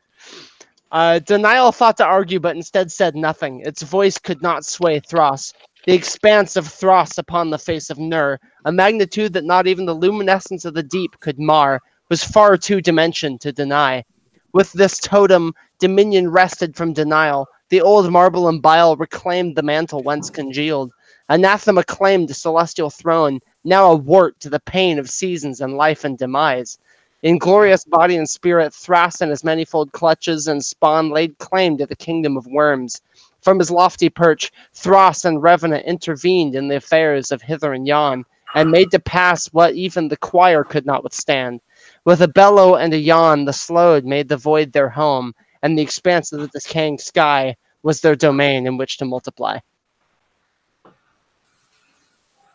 Hey, do you want to go in the ESO at some point and go to Somerset and just repeat all of that in all caps in zone chat? I've done that before. Because I would join you if you do this again. Here, I'll link it there so you guys can see it. It's way shorter than my other slowed creation myth pieces. Someone asked me what my Discord, one of my Discord chats, the icon is, because it doesn't look very, you can't really see what it is, but it's the concept art for the dread crab. And I had to explain that and find the image of it. Oh, I'm gonna pull up Discord. Oh man, I still need to get to Somerset, but I haven't actually advanced anything in ESO this week because first week of school. Yeah, I got my next two event tickets today. Oh boy, I still need to do that. Why? I've gotten the berry and I've gotten an extra feather, and if I play this out right, I should be able to have 10 tickets by the end of this. Yeah, and I need to get my feather tonight too. I've gotten a berry, a feather. I should have another feather tomorrow. Yeah, me too. We're all trying to evolve your EVs. Yeah, exactly. Because I think the golden one's going to be the next one. And that's the one I want. So I want to have another Endrick to convert. Yeah. Well, because you get event tickets whenever you complete a quest in Cyrodiil, and so I went and I got 2 more quests this morning, and then I went and completed them, but I didn't turn them in. I do that too. So I've got 2 quests waiting. So tomorrow I can just log in, turn it in, get my tickets, and fucking leave. Yeah, I ran off, but that's what I was doing. Yeah. Because sometimes I just don't want to get in Cyrodiil, especially because a lot of my mains are in Vivek, and that's an hour-long wait. Oh, it's so long. If you do it at the right time, like 11 in the morning. Yeah. I mean, to be fair, I haven't been doing Cyrodiil to get the event tickets. I've just been doing Battlegrounds. That is an option, but because it's super easy to just keep talking to Paddlemaster Riven until he gives you the 1000 medal one, and then just like go to a battlegrounds and get 1,000 medals. That is true. That does work. I usually just go to like Blastrus and just like pick up something and do that quest and turn it in, and then leave. Oh. I like to find a big group, and then I'll. I don't know. I die so easily when I'm like 1-on-1, but if I'm in a group, I can just like hide amongst them and like You still can team help. up with me, it's hard to kill me because I'm just healing through everything. Yeah, I'm just squishy. Is all. I stood in Velastris and I just spammed like budding seeds on myself, and just there's like 3 people trying to kill me, and I'm just like, sorry guys, I'm a healer. And it's the same if you're a tank too. You can just stand there and be like, yo, y'all done?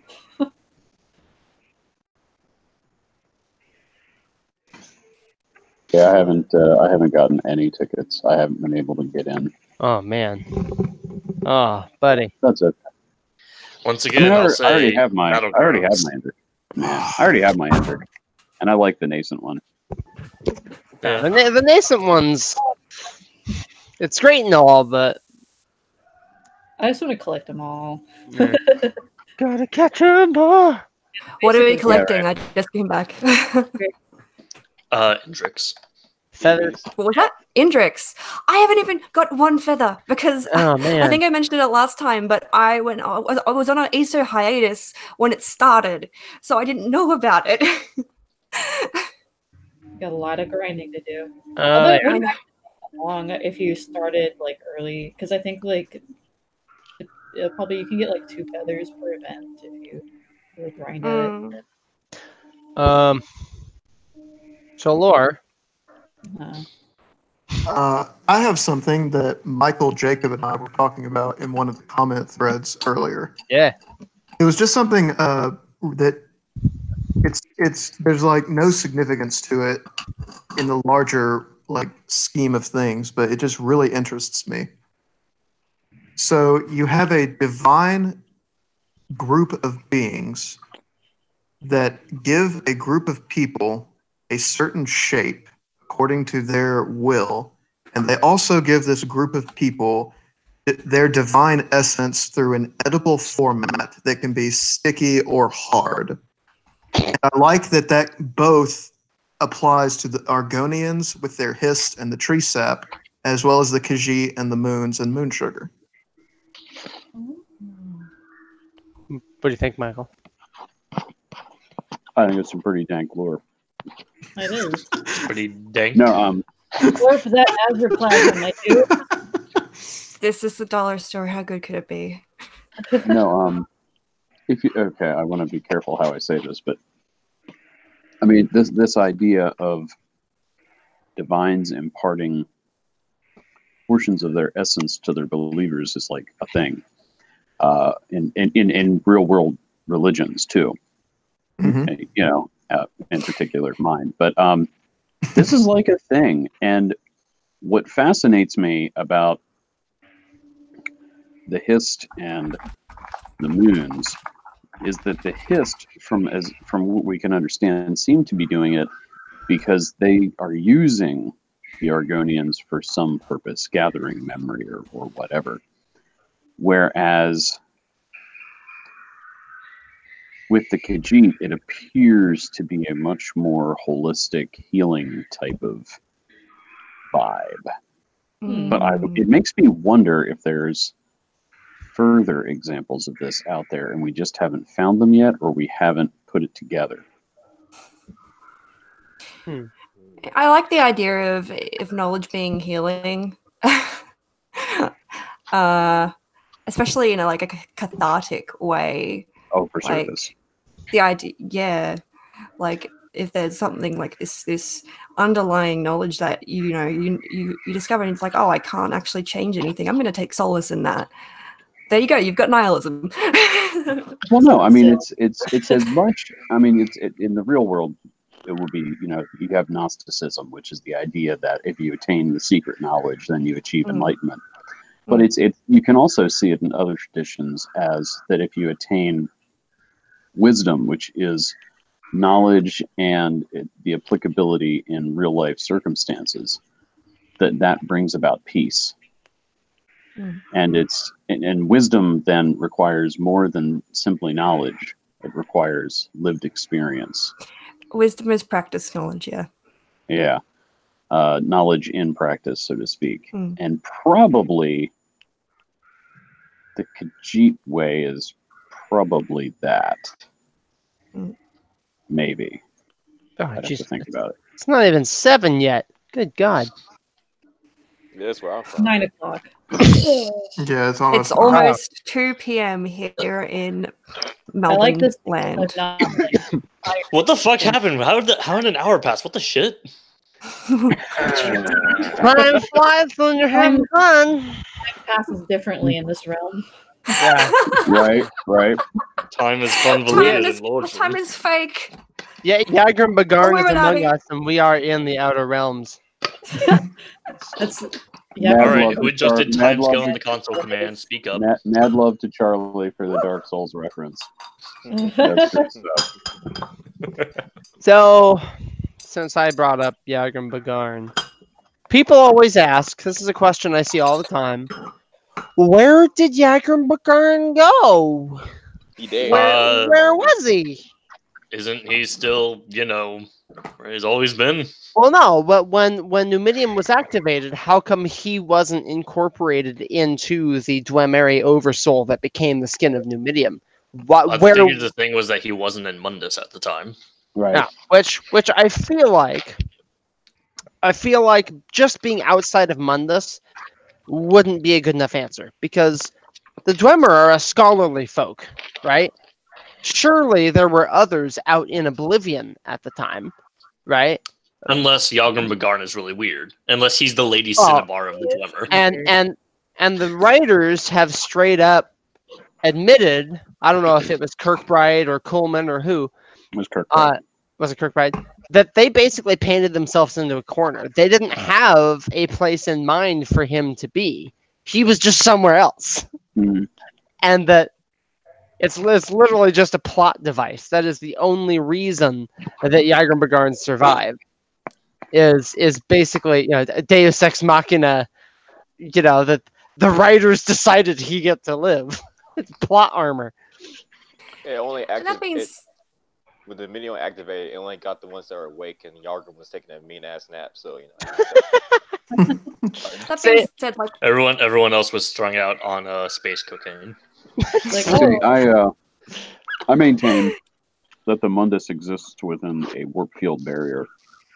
And so it not only is it literally a different plane of existence, it's a walled off plane of existence. So stuff that happens outside of Mundus doesn't affect Mundus. Stuff that happens in Mundus doesn't affect what happens outside of Mundus. Given Alessia's pact with Hagatos, that actually makes a shit ton of sense. Michael, can I pose a challenge to that, or I'd Please. like to see how you answer it? So, Please. so I just want to make sure I understand correctly. Nothing that happens inside Mundus affects what happens outside, and vice versa. I mean, there's probably, it gets tricky because there are you have to go back to the book Liminal Barriers, that there can be, the walls can get thin in places. But yeah, let's go with what you said. Go ahead. So if that's the case, then when Mehrunes Dagon gets his butt kicked by Martin Septim, it should theoretically have no effect whatsoever on him when he's back in the Deadlands. Except that, and here's the trick. So the summoning of Daedra requires the piercing of the limen between Mundus and everything that's outside of Mundus. We'll say the Deadlands in this case. Mm-hmm. And in that piercing, there is a temporary connection between the two realms.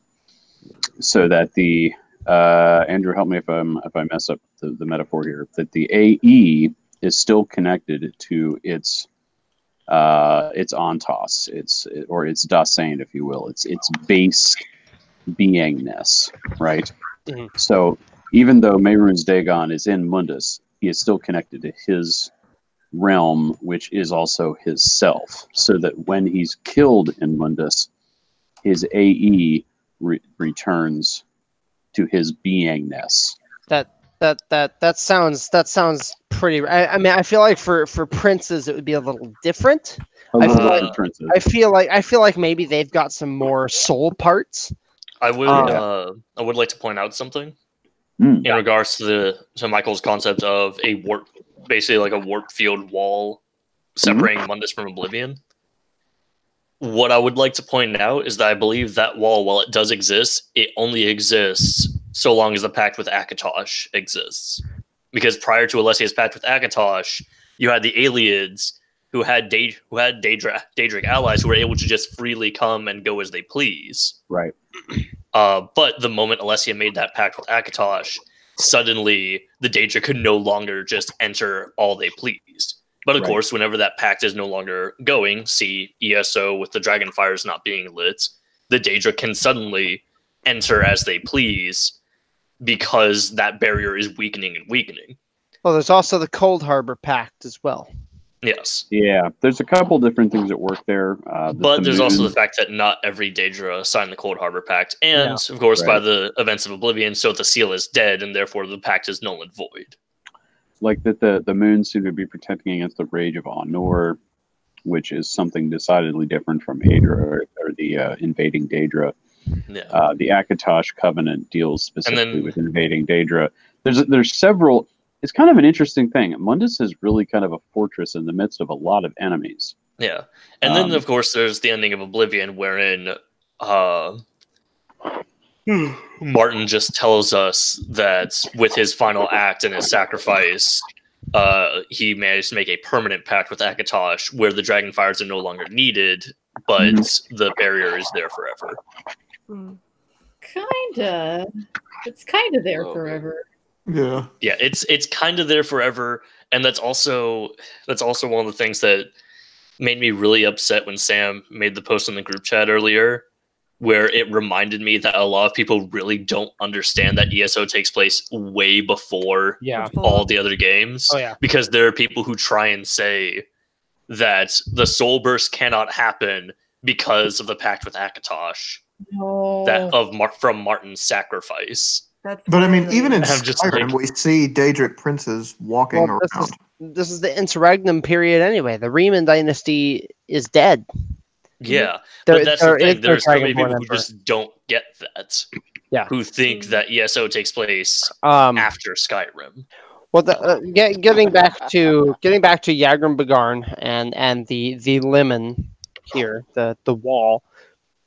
I feel like the calling transcends the Limen, no matter where you're at in the Arbus.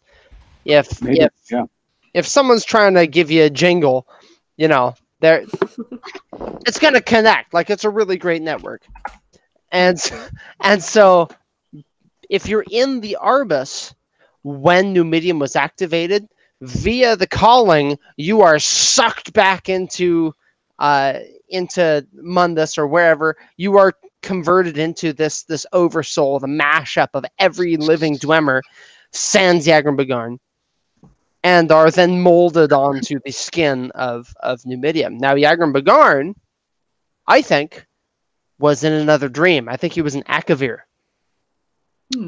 Oh, so he had a trans-amaranthine incision. Yes.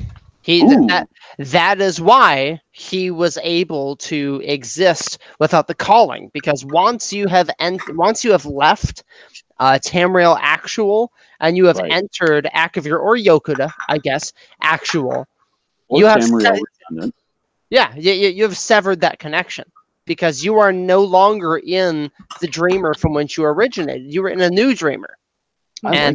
And these two dreamers don't have a telepathic connection. They can't transfer information perfectly.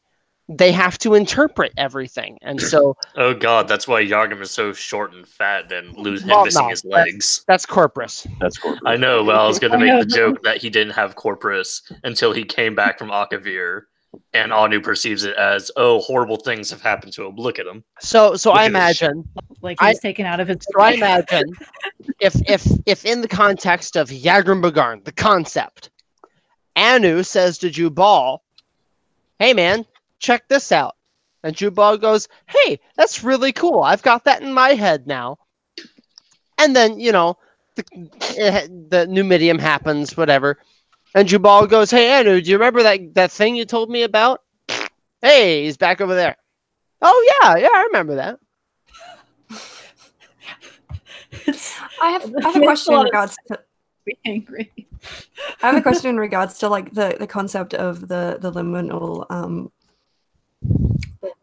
bridges.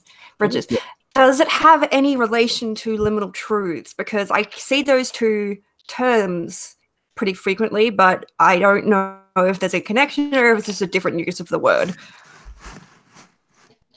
That sounds liminal truths.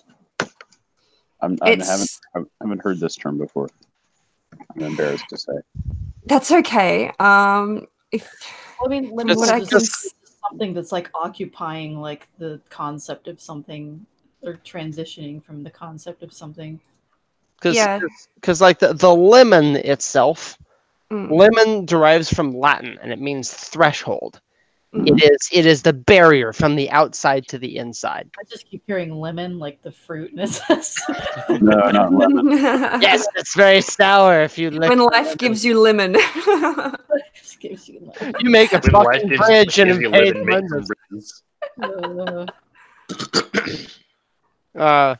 so that being said, liminal thinking, that just sounds like, or liminal truths. Sorry.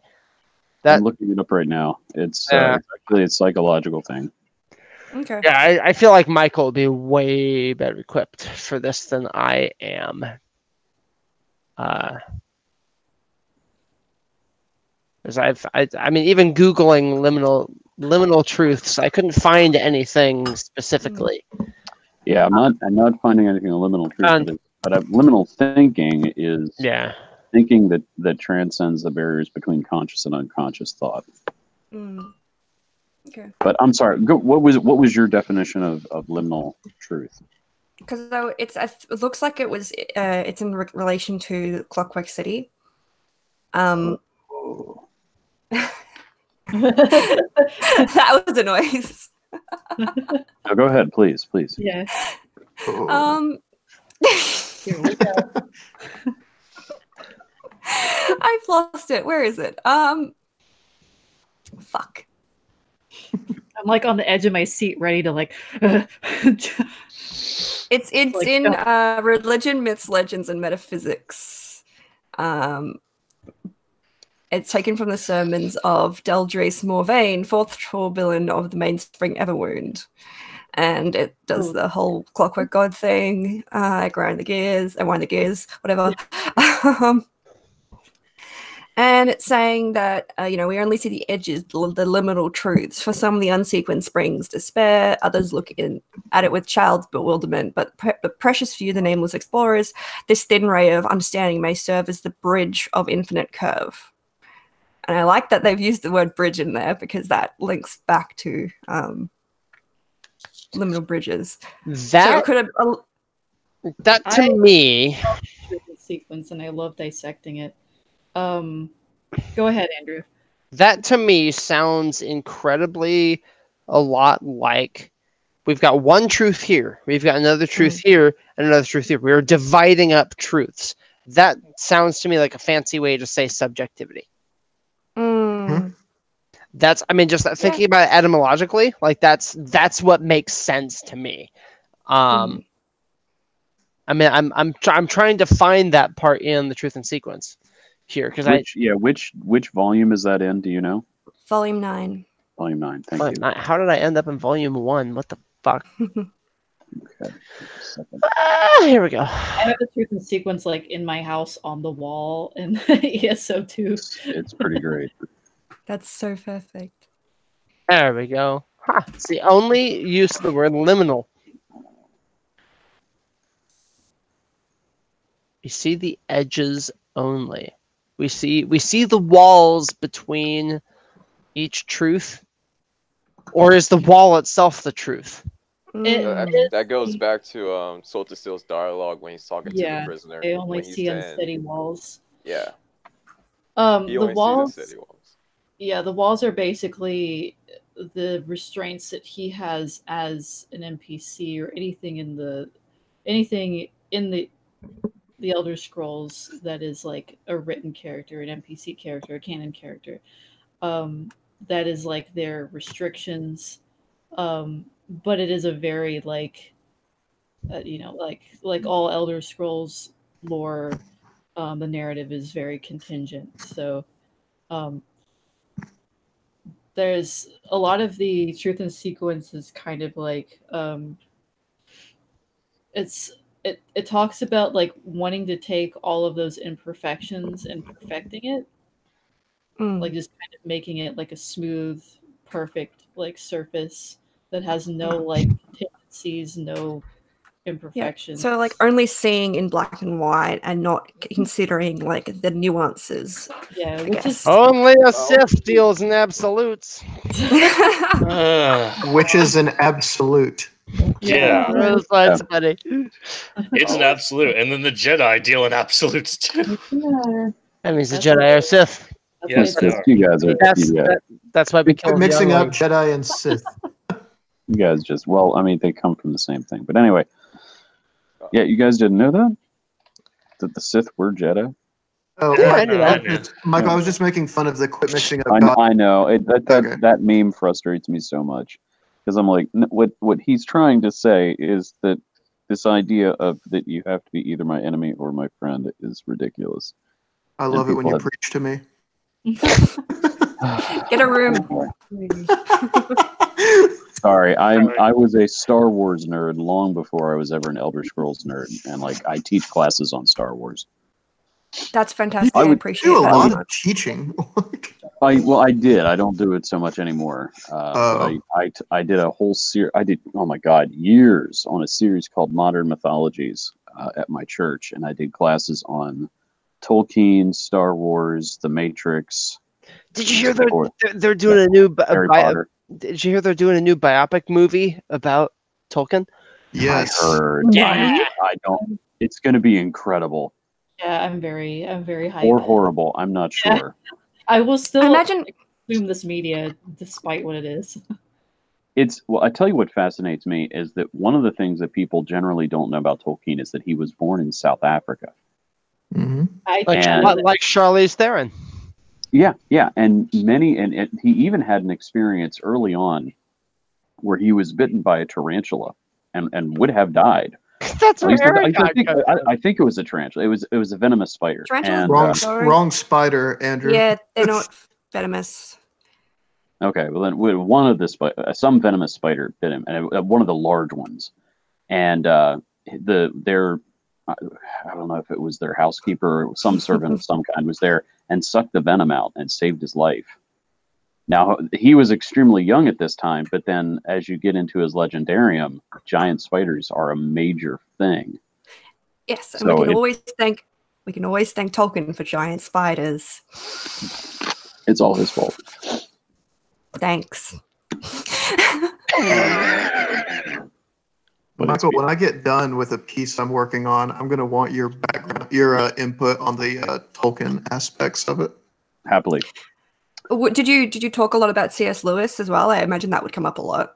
Right. So we did. So I'm trying to think what the fourth. I can't remember what the fourth series was, but we also did Harry Potter, and that was fantastic because that was the summer that the seventh book came out.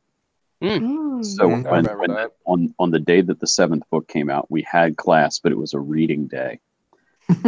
and so people made like pumpkin pasties, and we sat there in Sunday school for an hour and just read Harry Potter. It was magnificent. Awesome. But we did. Then after that, I did a series on C.S. Lewis, and whereas in the Modern Mythology series, I had used kind of Campbell and Jung as an interpretive matrix.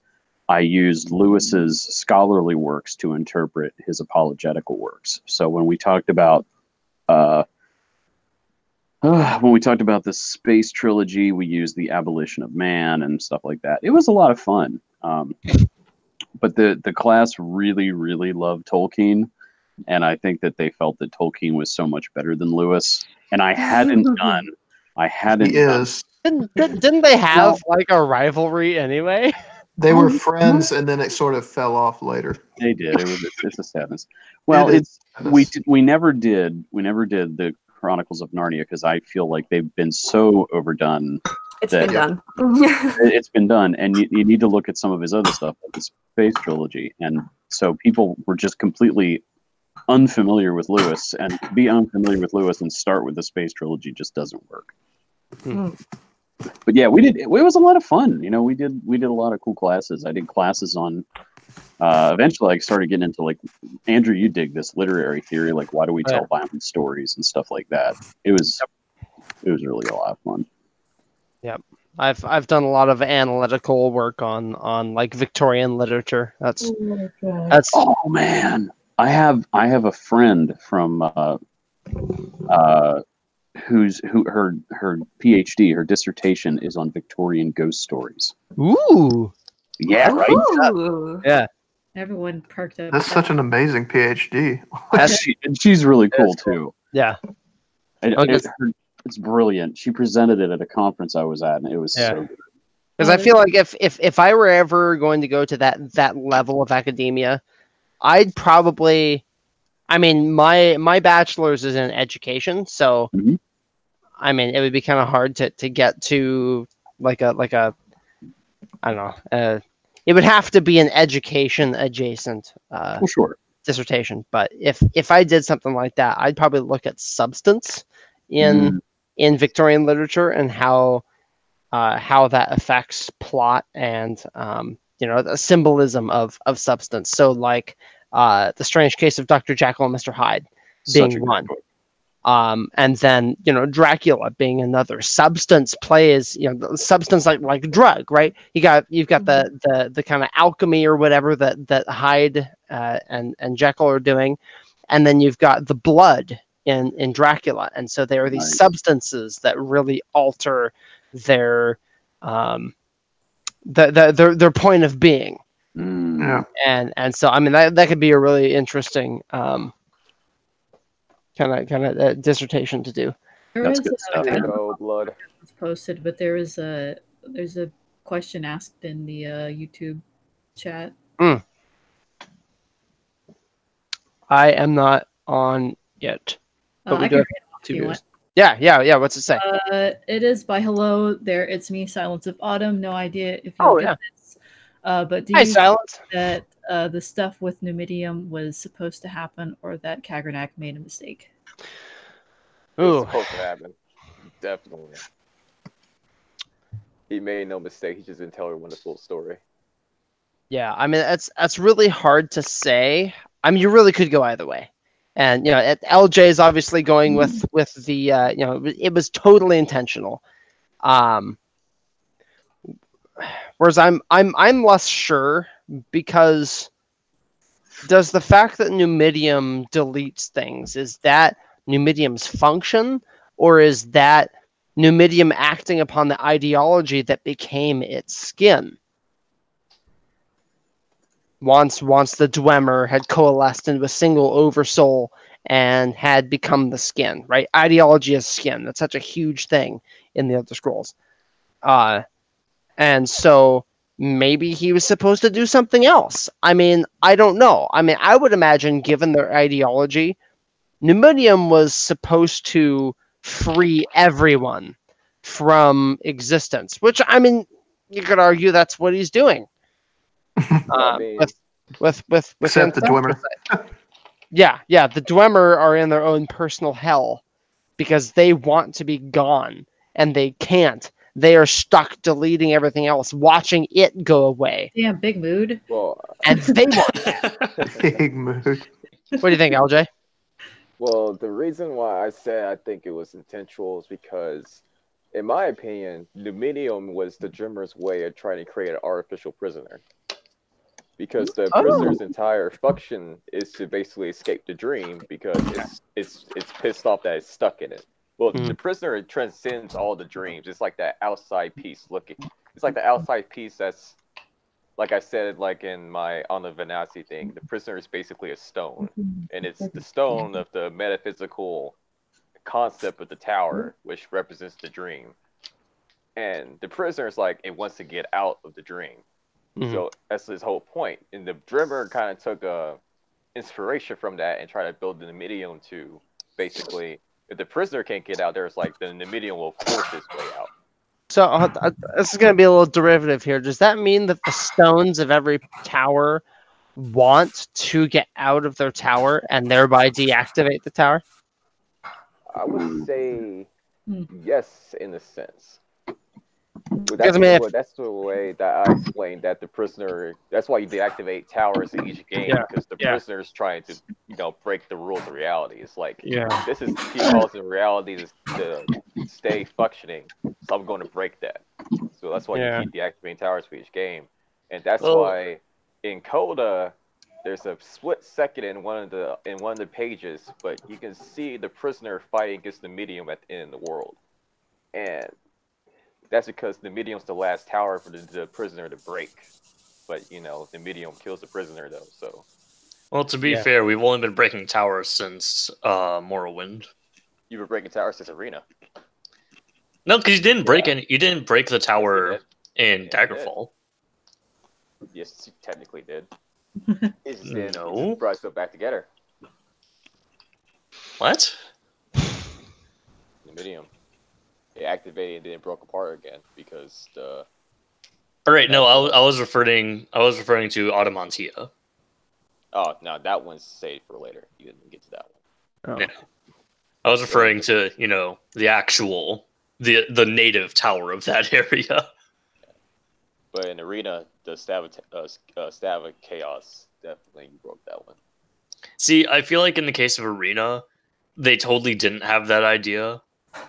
Just because Arena was prior to them having a very good concept on what kind of lore they wanted to have, given that Arena was, as most of us know, originally just supposed to have been a fantasy fighting game. And then they decided, you know what, let's make it an adventure. And 90% of the lore is pretty much just generic fantasy. Then Daggerfall is when you start having a more consistent fantasy. And then Morrowind was when we had a lot of giant rewrites, but ultimately started to have a more stable concept of what the game should be. Well, see, I want to throw something out. This has bugged me for a long time, and I'm gonna be speaking against myself here. I love meta lore. I really do. I think I really fell in love with meta lore when I read a blog called Falling Awkwardly, and they did the metaphysics of Morrowind, which I know is not in the highest esteem of many Lorebeards, but that's when I really fell in love. But I sometimes feel that we get too gamey. Yes, it is very much true that in terms of game, Arena didn't have the lore, but they've tried to retcon that concept by talking about. I love the idea that Bethesda claims to have 2 Elder Scrolls at their studio, one of which is broken, and so whenever they interpret something wrong, it's a translation error. But it's. I put it that what we are seeing through the eyes of the prisoner of that game, and the prisoner in Arena didn't care about any of that stuff. And that's why it's not in there. And so it's, when in doubt, go with interpretational matrices. That's how you deal with this stuff. So it's because it'd be really, there's always this thing that people want to crap on the older games. And I think that the older games had some pretty amazing stuff in them. Complicating stuff. Yeah. Hello, Azura Quest in Daggerfall. What? No, you're supposed to say yes. Yes, beautiful Azura, with your silver hair and whatever else. What did you do to my barbarian? The princes in the Daggerfall were so colorful. They were just amazing characters. They were all just had like this distinct personalities. Perigot was just so fucking happy. That's why I said Perigot's just always high, man. Yeah, Perigot was awesome. I like Hermaeus Mora just being an amorphous blob of eldritch gook. That's my favorite. Well, I mean, I he kind of always- like that picture I posted in the Dream Sleeve where we see Hermaeus Mora also wearing a hood and cloak. Right, Yeah. right, right. Yeah, This is a And good one. attempting to give himself a humanoid form, It's but good. also still unfortunately failing drastically because he's Hermaeus Mora. Right. That was a good one. I like that. Plop daddy. No, I am a very normal creature. this West I'm just Lord Valerian. We How need do you lore. do, fellow mortals?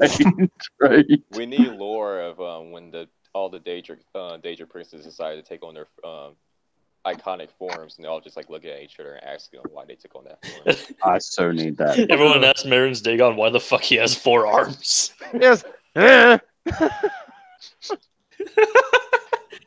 can better hold to more touch weapons. you this with. way. Yeah. The better to hug you with. Because remember, just Hermamora things. God, Well, there's a just Hermamora things. there's a really old comment on Reddit that I really like, and it describes every one of the Daedric princes in some just weird eldritch way. Like, and I imagine if the princes just didn't give any mental power to their appearance, they would appear something like that. And one of them is like, Hircine shows up like a furry UFO with wolves, with wolf heads in every cardinal direction, and every now and again, a muscular arm holding a crossbow comes out of the middle, oh god, yeah. and that's Hircine. And Why then wouldn't he do that? and then like and it describes all their realms too. So like Jigalag, his realm is entirely like all the walls and ceilings and the floors, they're comprised of arms and hands pointing to the center. And that's usually where he sits, and he's like this perfect cube with an eyeball in it.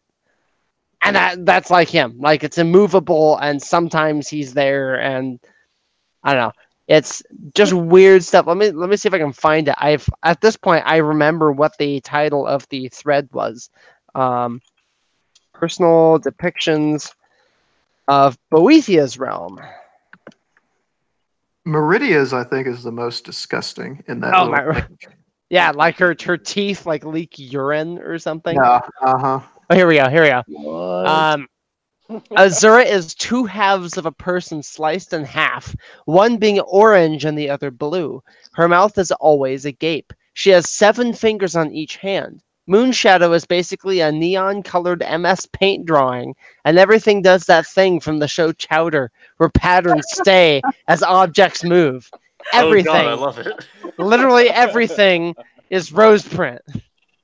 Boethia is a pure black-skinned humanoid thing wearing nobles clothing. Where the head should be is just a floating eyeball. Her voice sounds like Microsoft Lisa. Nice. Clavicus is a headless Mothman-looking thing covered in gold jewelry. I can't even like make up shit. I know, right? His limbs are spindly and gross with like 80 joints. He has no mouth, just 2 large eyes. His realm, which at the time, this is 3 years ago, which is, as far as I know, doesn't have a canon name. Now it's a Fields of Regret, is made out of marble, painted poorly to look like grass and wildlife. Barbus is still just a dog. Barbus is still just a dog. Yeah. Hermaeus Mora is sufficiently weird for me, and I leave him the same. That's right. Malakath is an Orsimer with 1 eye and limp arm. His mouth is on his chest, and it has a 3-foot-long tongue. He's dressed in stupidly tight leather wrapping, sort of like a cartoon mummy. The ash pit is a large fireplace. Look up and you will see a bizarre, disjointed, vaguely humanoid entity stoking an unseen fire. This entity wheezes constantly as the whole realm is constantly in a thick fog of smoke. Sounds some Dark Souls shit right there. Maroons is a large golem made out of coal, charcoal, and other flammable materials. He has no arms, but is surrounded by several floating hands. The hands have eyeballs as fingertips. The Deadlands are similar to how they look in ESO Oblivion, but all the ground and buildings, etc., are pitch black and smell like cancer. Mafala is a Dunmer-looking thing with big boobs. Her limbs are bound together with thin black string, which extend to form a web or net-like structures between her limbs. She has no eyes, just a large mouth on her face and breasts, whose teeth are broken, cracked, and bleeding. The spiral skein is weird enough that I leave it. Meridia is a decently normal-looking Altmer-looking thing with no features. Where there would be eyes, mouths, ears, etc., there are just wounds which leak urine. She emits radiant light from these holes, and her arms terminate in large knives. The colored rooms are literally that, a maze of technicolor plain rooms. She lives in one of them, but it's hard to find. Mulug Bal is an ordinary-looking imperial man dressed in the clothes of a commoner. He acts the same as his canon portrayal, as do all the other princes. Cold Harbor is similar in that it is an alternate version of Nirn, but everything is pitch black and dripping with a combination of semen and what is probably diesel fuel. The air is made out of fire physically. Namira resembles a Dunmer dressed in tattered rags. Her eyes, feet, and hands are bound in bandages which are stained with bile. Insects constantly crawl all over her, and she smells like a septic tank full of disposed corpses.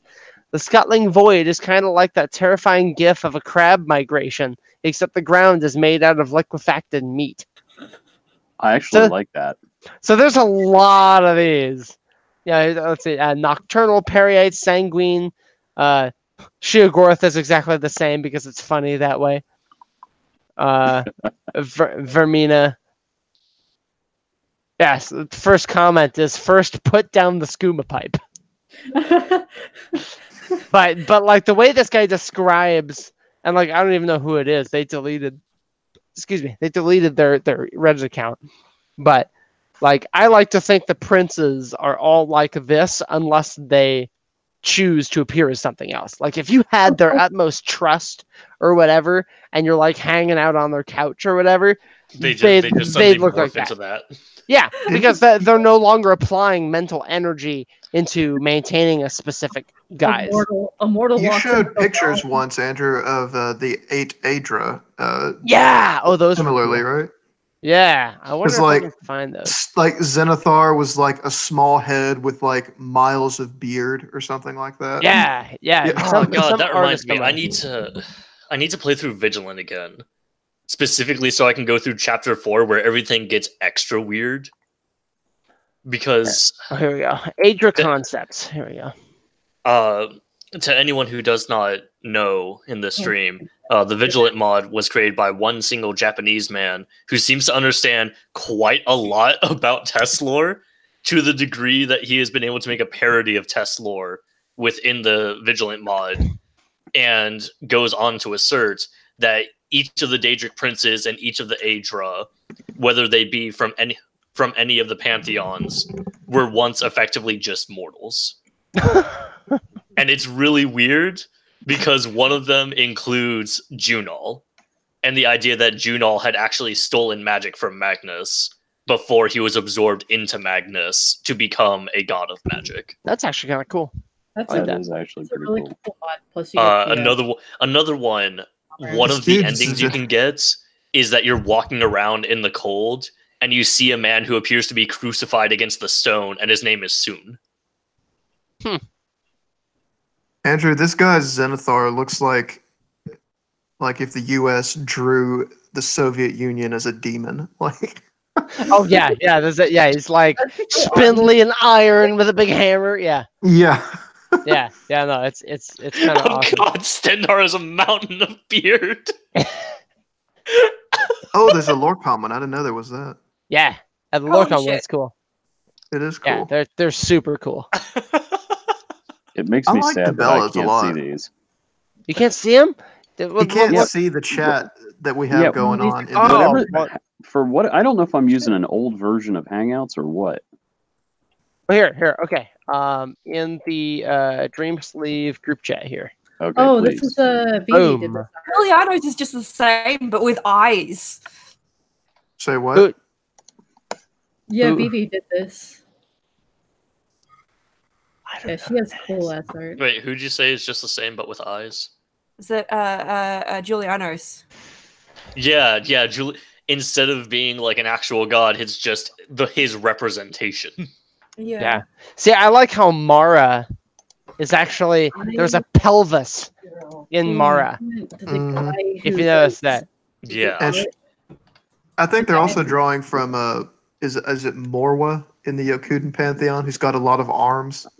She can grab many husbands. Yeah, yeah. I actually don't remember. All I actually remember about Morwa was that her idols tend to depict her very much as like the old idols of fertility goddesses, who are very plump. I almost had. Holy crap! These pictures are great. Charlie, I saw a documentary on those, like why they looked like that, and they think it's because they were trying to capture the point of view of what it would look like for the fertile woman when she's really pregnant to look down, like at her feet, and not be able to see her feet because she's super pregnant or whatever. Like, and that was they had a whole theory about it, and that's the really shitty version of it, but that's what they were going for. This is kind of back on that subject, but I want the guy who does the Kill 6 Billion Demons comic to illustrate. Kill 6 Billion Demons is awesome. I love that comic so much. Like, there's so much to love about it. But yeah, I want him to design all the like the Aedra or the Daedra. That would be really cool. I feel like it's really weird, but it also kind of makes sense that each culture actually has their own concept of 8 divines. Give or take, yeah. I'm a little bit pissed that they gave the Argonians a creation myth. What did you watch the Argonian selectives, didn't you? Was I in it? I don't think you were, because someone asked why you weren't in it. I didn't. I don't think I actually watched that one. Because Chris and I came to the realization that the Children of the Root is actually a creation myth of the Mundus from the Hist or Argonians' point of view. It's not necessarily the creation myth of the Argonians or the Hist. It's just Mundus. No, that's what I meant, though. I always liked the fact that Argonians didn't have a creation myth because it's just kind of appealed to me. Why would they want one? I think the only culture that doesn't have one right now is Nords. Well, their lack of creation myth is the creation myth in itself. Yeah. Kind of like Transcalpic world eating. Yeah, the ancient Nordic pantheon is different from the. Yeah. Which is a shame because it's much cooler. Yeah. I've decided I need sushi. So. Like people deliver sushi at this time. Oh yeah, that's right. It's like 7:30. Yeah, it's 7:30. Yeah. I can also get Indian food. But... I had coffee delivered this morning. It was great. It's also poke, but I gotta get that from the other side of town. It's like an $8 fee. Okay. Why do you have a fee for what? For delivery. Yeah. Oh. Capitalism. I was like, they charge you a fee to go across town. No, I'm not gonna go anywhere. I don't want to do that. It's like, this is a really weird place. You leave and like you're still streaming and you're in. You just my chair. Yeah, that would be great. It'd be like the Rick and Morty when they're the fake doors guy, where you see him go in traffic and he yells and the commercial was still going. Yep, still here, still selling fake doors. I was high when I saw that. I still don't believe that Rick and Morty is real because of that trip. That episode is a lot of good improv. The strawberry Smiggles is my absolute favorite. Why would you want them? They've been in my stomach acid. Kids tear them apart. Oh, jeez. So, I don't know if there's any other... Oh, I had something I wanted to ask Andrew about, and any other of these Morrowind people. Can you just tell me a little bit more about Akula Khan? So Kukulkan, oh, I love a Kukulkan. A Kukulkan was the sixth house, or mostly Degathur's attempt to rebuild Numidium, because he was stuck at Red Mountain, and there were a lot of Dwemer, like Kagranak's study was at Red Mountain, so he was able to use basically reverse engineer a lot of Kagranak's ideas and rebuild Numidium. And so Kukulkan is the second walk breath, and it's actually powered by the Heart of Lorcan instead of a Mantella or anything. So it's truer to its purpose. But it never wakes up, does it? No, Okay. no, because it's not finished by the time the Nerevarine strolls in and destroys the heart. Okay. So I mean, because when you see it, you can still see like its rib cage, like they actually built it with a skeleton and everything. Like Yeah, it's it's real really it's fucking cool. We'll go look But at and an image of it. yeah, but it's got like glowing eyes and shit. Like it's fucking rad. What was its purpose?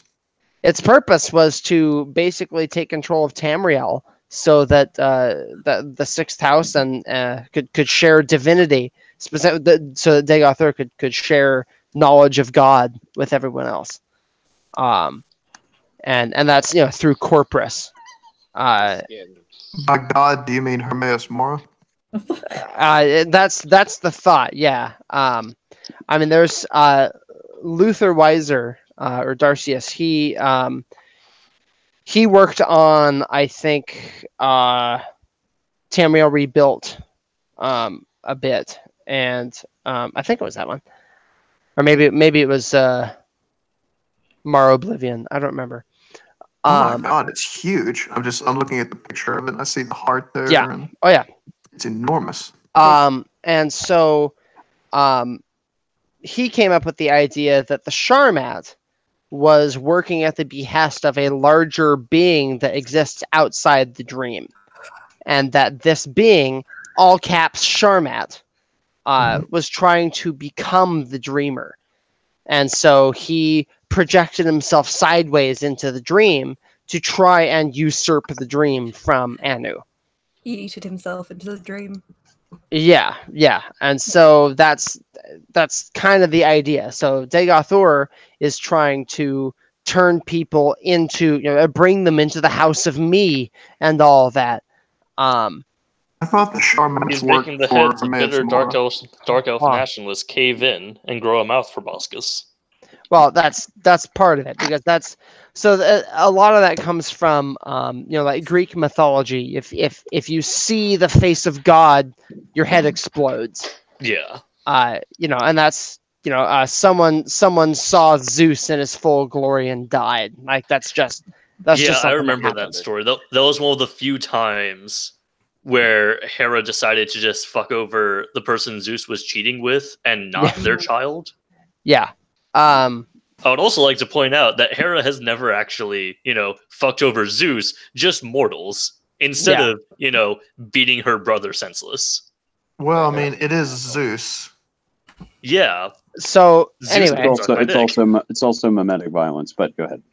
Anyway, so the idea with Degathur is he's going to grab everyone else, all of the other requisite parts of the dream. Remember, everyone in the dream is a part of the dreamer and his consciousness. And so if you can take all of those and say, no, you're part of me now, you become the dreamer. And that was the medium for that? And yeah, Kukulkan was the way to conquer Tamriel and say, no, you are me now. And that's. What happened to its remains? Well, hold on, Mac. What's that, LJ? Oh, it's going because you said you thought the dagger was tied to Hermaeus Mora. I think the reason why a lot of people think that is because a lot of people think that Myrek was a Sharmat in Dragonborn, because he has a lot of similar vibes to Dagger in Morrowind. From the little chant that the people do around the Allmaker stones to his dialogue, his own personal dialogue. He has a very Sharmat kind of, I'm going to make everybody like me kind of Yeah, feel yeah. to him. Plus, they both wear masks. They both use tonal architecture or tonal magic to try and force their way. They both have a poem. I am the Sharmat. What I bring is music. What I bring is it's like They, I am they, a deep sea. What I bring is a star. What I bring. Yeah. It usually affects like dreamers too. Yeah, on. I am the Sharma. I am older than music. What I bring is light. What I bring is a star. What I bring is an ancient sea. And then Mirak has a similar poem that's a lot like that. And actually Luther did some really great work. I repeat that poem in Riften sometimes in ESO. Yeah. Like me and my friends are just hammering on a light post. Oh, the Mirak one. Yeah. Yeah. And so if you put them side by side, they're my Very camera similar. is yeah. Like uncannily similar. Yes, they really are. And so that means that allows most people to go, okay, well, they're both Sharmats. And I believe in the sermons, the Sharmat is described as the pawn of the aggregate. An aggregate being a collection of mismatched pieces. And I think Hermes Mora. Right. Isn't there Okay. in the sermons that they Vivek says in the sermons that the Sharma is the enemy of. I know he says he's the enemy of Nerevar, but I think he also kind of alludes to it being the natural enemy of the prisoner in there. I know in the sequence there's a little bit like that in there. Yeah, I don't know about prisoner. I know there's a part where Vivek says, Hortator and Sharmat 1 and 1, 11, and an elegant number. If the two were to switch places, would you ever tell? Or could you ever tell? Or something like that. Implying that Hortator and Sharmat are so very similar that the line between them is really blurry. And so if they were to swap places, how would you ever know? And then Vivek says, I can tell, and that's why you'll need me. So and I can still go downstairs. because of the connection between the potential connection between Mirak and Degathor, we can connect that to Hermes Mora, who may be the aggregate. And so I mean I guess we're getting beyond your question here, but does that kind of It does. One last thing that's related to a Kulikon, still tied to it. Is it still in Red Mountain? What says the heart? It was destroyed. So when you destroyed the heart, a Kulikon fell apart. Although in Coda, or actually Landfall Day 1, we are shown that the Nerevarine pilots Numidium as a giant mech. And he fights he pilots a Kulikon to fight Numidium in a giant mech battle. Oh god damn it. And it's fucking rad. Because you got two giant robots like duking it out. I think it's pretty obvious that the Nerevarine fails. And I'm pretty convinced that Jubal is a Nerevarine. Particularly what's that? Who powers it? I mean, I don't know. I just know. What's that? Skills. Now just like the prisoner powers it itself. He's got the skills. Doesn't need a Mandela. This works because I want it to work. Exactly. Yeah, let me see if I can. Let's see, Landfall Day 1. Let's see, find. So you think Jubal is the Nerevarine? Yeah, I think he becomes the following Nerevarine. Two? Oh, there's lots of Nerevarines. Every one of the failed incarnates at one point could potentially have been a Nerevarine. And then they fucked up. Yeah, because but they weren't actually Nerevar reincarnated, though. They were Nerevar reincarnated. They just did not follow the path of the Nerevarine. So they went to the national park. They didn't walk the trail. Yeah, think of it as like let's say you had an equivalent to Ra in Tess. Not in the sense of being an actual god, but like kind of in the sense of you have Ra and he is alive and then he dies and he can get reincarnated over and over and over, but he may not always be the same each time. So why would there be one after the Nerevarine of Morrowind? Because wasn't that the whole Azura's point was I'm going to bring him back? Just because the prophecy was completed doesn't mean the AE doesn't still get reused. Yeah. So you think it was just a Nerevarine separated that, Azura was done with the soul after that? Yeah, I mean, yeah, she doesn't care. She has no reason to bring him back. That doesn't stop him from coming back because I mean, if you take a cup and you put it in the ocean, you're going to get the same molecule at some point, right? Like, I mean, that's kind of the same sort of idea. So, whether he was needed or not isn't necessarily the point. He didn't become a Hortator, which is really what was prophesied. He was just Nerevar reborn. And the only part that really makes this idea kind of salient is when he's undergoing surgery to remove his hands. There's a moon in one eye and a star in the other. And that to me points out that he's Nerevarine somehow. I don't know.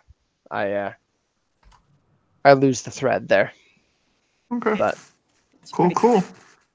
That's pretty good evidence to prove that someone's a Nerevarine. Like, you have a moon here and a star here that might be a Nerevarine. I have something I wrote that might actually be helpful with this. Yeah.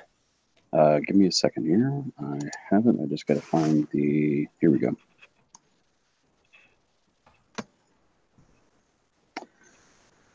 Okay.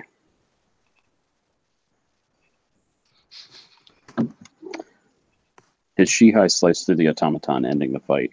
Through the vibrations of his plenary ontology, he turned back to the woman. I'll never get used to it, no matter how many times I see it, she said. Koteth looked at his hand, could feel the Shihai ringing within him. It's one of the oldest techniques of my people, the forging of the soul into a weapon, both meditation and violence, but tonally aligned for peace. He thought back over his long training and smiled. A thing of beauty. That's not what I meant, Copper Ishara said.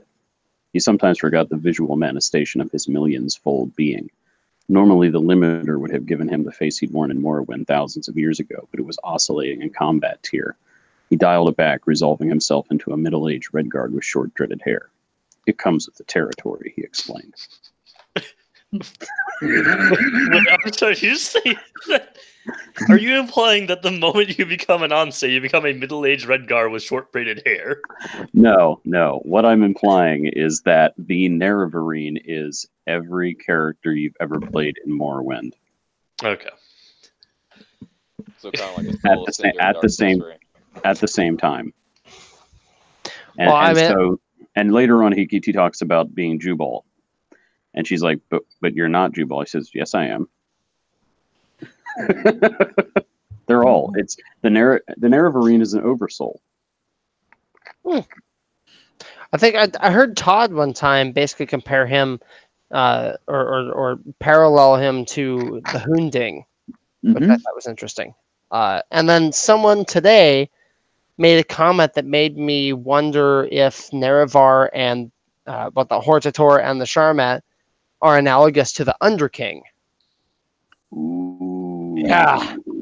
I was like, dude, that's awesome. Yeah. Because the Dagothor / Nerevar had to die for the tribunal to gain, their godhood. The Underking had to die for Talos to gain his godhood. I like it. Yeah. I thought this. Ulfric Stormcloak must die for us to obtain our godhood. It has been written, so it shall be done. Stormcloak. Last time I played through Skyrim, which was probably, I don't know, a year and a half ago, I installed a mod so that I could kill essential characters. And I basically just removed their essential tag. And when it came time to kill Ulfric, I killed him myself. Nice. It's like, nope, sorry, you're dead, bitch. And then I think I had to update the journal so that I could progress further. because I couldn't get to the point where Tullius was like, "Hey, kill him." I just kind of I used a spell to. Well, I had this spell this mod that added a bunch of spells, and one of them was you can create a wall. It was this alteration spell, and so I walled off a room, and I know that spell. Yeah, and so I walled it off, and I'm like slowly advancing on Ulfric. It was kind of dope. That sounds good as fuck. I have a play file where I have a bunch of those mods downloaded because I wanted to play on my pacifistic alteration mage. Oh yeah, he's like an alteration master, but he's a complete pacifist. Like, so he just does a bunch of just shitty stuff to like avoid things. Yeah. I sometimes when I'm bored, I like to go to like Markarth and just pick a fight with somebody. And then, you know, I've got like the greater telekinesis. So I grab a guy and I throw him, and then he dies. Oddly enough, that doesn't count as hostility. I got people shooting arrows at me, so I raise a wall to block myself. And yeah, that was Abaddon, the Lich of the North. That was my last Skyrim character. He was actually a Lich too. That was cool. Oh man, I really do need to play through Vigilant again because it is so weird. There's a guy who straight up just has the equivalent of not Balor. Oh, fuck no, it might be Balor. I think the old Irish god of the monsters who like if he gazes at you, you die. And it was really weird because there's this one guy in a quest early on that you're sent to kill who just doesn't want to do anything with people. He just wants to be left alone. But ultimately, you have to force him into a fight. And he just takes off his blindfold and his eye just makes you start going crazy. Oh, yeah, and it starts fucking with your screen. It's great. That's kind of awesome. It was Balor, by the way. It was what? You said it wasn't Balor, but it is Balor. Yeah, I was trying to remember if it was or wasn't.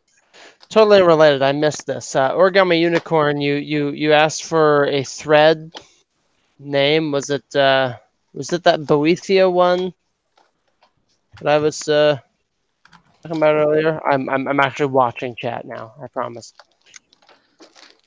I'll link it there in case that's the one.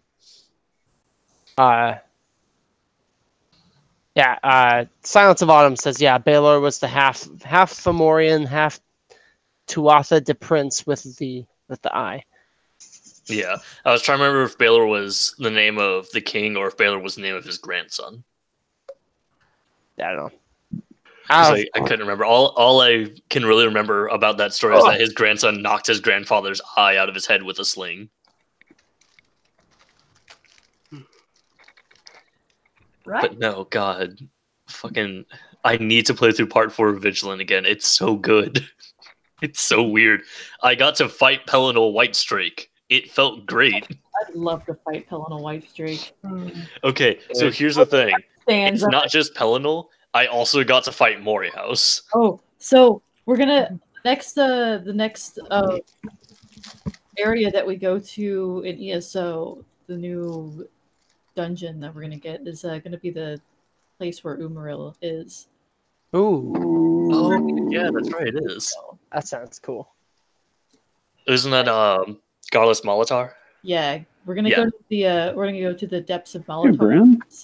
In Aliadune, that translates to like the depths of. How are you? Of Highwood, which is kind of funny, but yeah. So I mean, there's a bunch of like golden-y looking things in there. You can kind of see it in the concept art, and I really hope, like, someone on Twitter made like a thing saying, made a comment saying, if you go to the depths of Molitar and utter Pelennor Whitestrake's name, then Umaril the Unfettered will come by and just one-shot you. Like, I want to do that. So, I just shared a document in the Hangout chat. I'm playing a 5th edition D&D campaign right now. It's The Curse of Strahd, and we've got a copy of like the Ravnica book, and they've got minotaurs in there. So I was like, dude, I'm gonna play an Alessian Minotaur. Yeah, who's your fan? That's what I'm gonna do. And he was transported to this other place at the start of the Middle Dawn when the Marcotti Selectives danced on the tower and shed the elven taint from Akatosh. And so I wrote a backstory for this character, actually showing the start The of the Middle Dawn. elven to you. The elven And- taint rephrasing. Yeah, the elven taint. That's how they call it. And so like I described this, like this is my DM asked for a backstory, so I wrote this like short narrative. Don't worry. His name is Forda House, and he's a direct descendant of the second emperor Belharza. Yeah, he's a Minotaur. Yeah, my boy. And he's kind of cool. I almost got killed the other night because Strahd showed up after we cleared a haunted house, and he was being a dick. And so what did he do? Like I said something unkind to him because I'm a Minotaur, and he grabbed me by the throat and he held me up, and he's like, "Yeah, you're not gonna speak with such disrespect." And he dropped me and like turned around to walk away, and I rolled a will save to see if I could avoid charging him, and I failed. And so I charged him. He's like this level 18 vampire. I'm level 4. He was pissed off, so I just charged the vampire, and he like dodged to the side and ripped out my throat. I survived with like 3 hit points. It was pretty bad. Speaking of Belharza, one of the few things that I remember in Part 4 of Vigilant was that you actually get to meet Belharza in 2 different ways. The first is that when you are going through Baal's memories, and you are able to experience his past events, and you can influence them, like changing the events slightly in the memory. Wherein, if you follow the memory as it should go, then you will lose karma. But if you change the memory to be something beneficial, you gain karma. And one of the things that Belharza is very much just an Imperial. He does not look like a Minotaur. And you can find him wriggling around the weird Imperial Cold Harbor, just kind of wrapped up in bandages, talking about how they all need to go defeat the Elven Taint. They must find Maruk so he can help them. And you can ask him, like, aren't you supposed to be a Minotaur? He says, that's preposterous. What? Are you saying that Alessia had sex with bulls? It's just so weird to just, like, watch this man constantly assert that he is not a Minotaur. This bizarre man where if you kill him, you gain karma. Amazing. Oh, God. It's so weird. It's such a good, it's a good mod, and there's some good armors and stuff you can get with it, too. There's a whole lot of armors that certainly aren't Dark Souls armors, we swear. You can't steal from Dark Souls. Every game is Dark Souls. Yeah, everything is Dark Souls. Everything is Dark Souls, even Ultima. Clearly. Yeah, you want to even go deeper down the rabbit hole. Dark Souls comes from the Berserk, and Bloodborne comes from Berserk. So everything's just Berserk. So actually, the first time I played Dark Souls, before I was able to kind of get into the lore and understand what was going on, I RP'd Elder Scrolls, and that it was actually set in.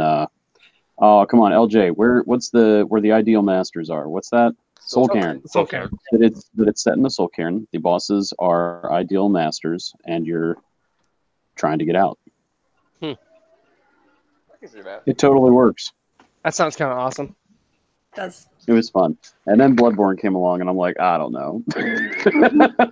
All right, so we are approaching the 3-hour mark. Is there anything else we'd like to discuss before I kill the stream? What do you guys think about dragons at ESO? Oh, I love it.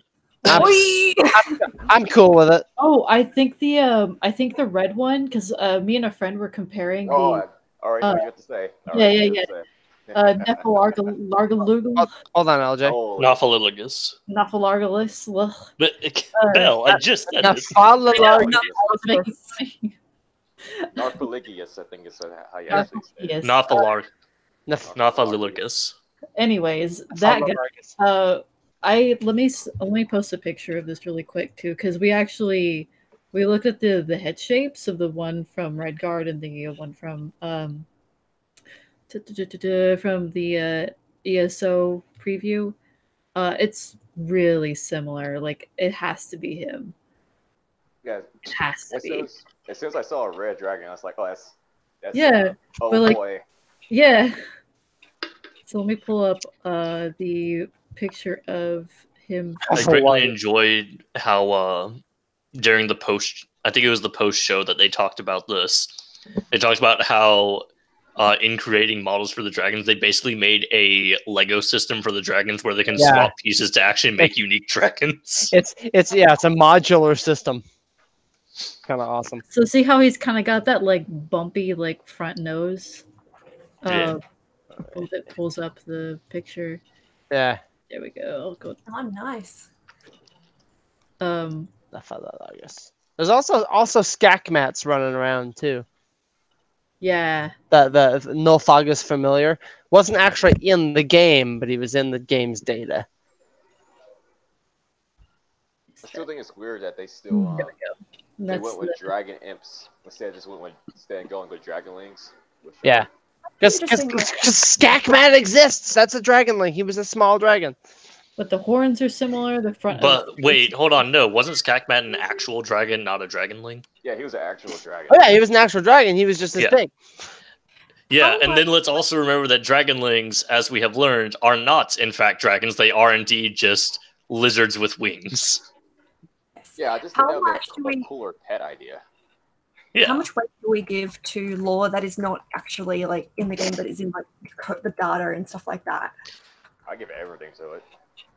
I give quite a bit to it, especially because you have shit like, hey, look at this script on the Eye of Magnus. Who knows what it says? And then you go into the fucking data in the creation kit and you find out, oh, all right, this symbol is that letter, this symbol is that letter, and so on and so forth. I remember I was like taking part. Well, I wasn't in because I never really made a Reddit.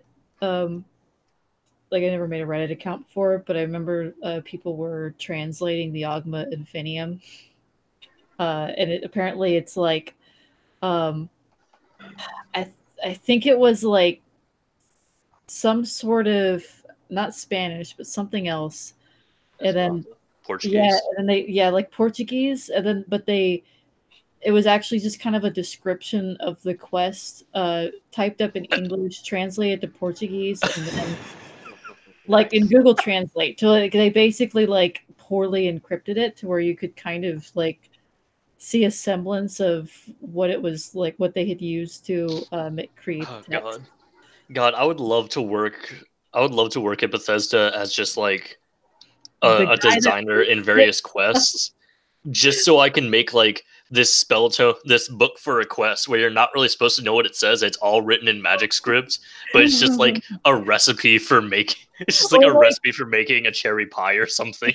If it's like you see this like script and you're like, oh shit, what is this? So you translate it, and then like it comes up in Google Translate as Portuguese, and you translate that, and then it comes up and it just says something like, if you're reading this, you're gay.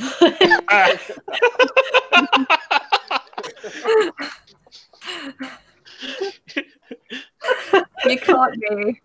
If you're reading this, you lost the game. You lost the game. No. Now breathing on manual. No, I'm breathing manually. God, yeah, I wish I could work for Bethesda and just like fill an entire book with just that. I would do stuff like that. Like, oh my god.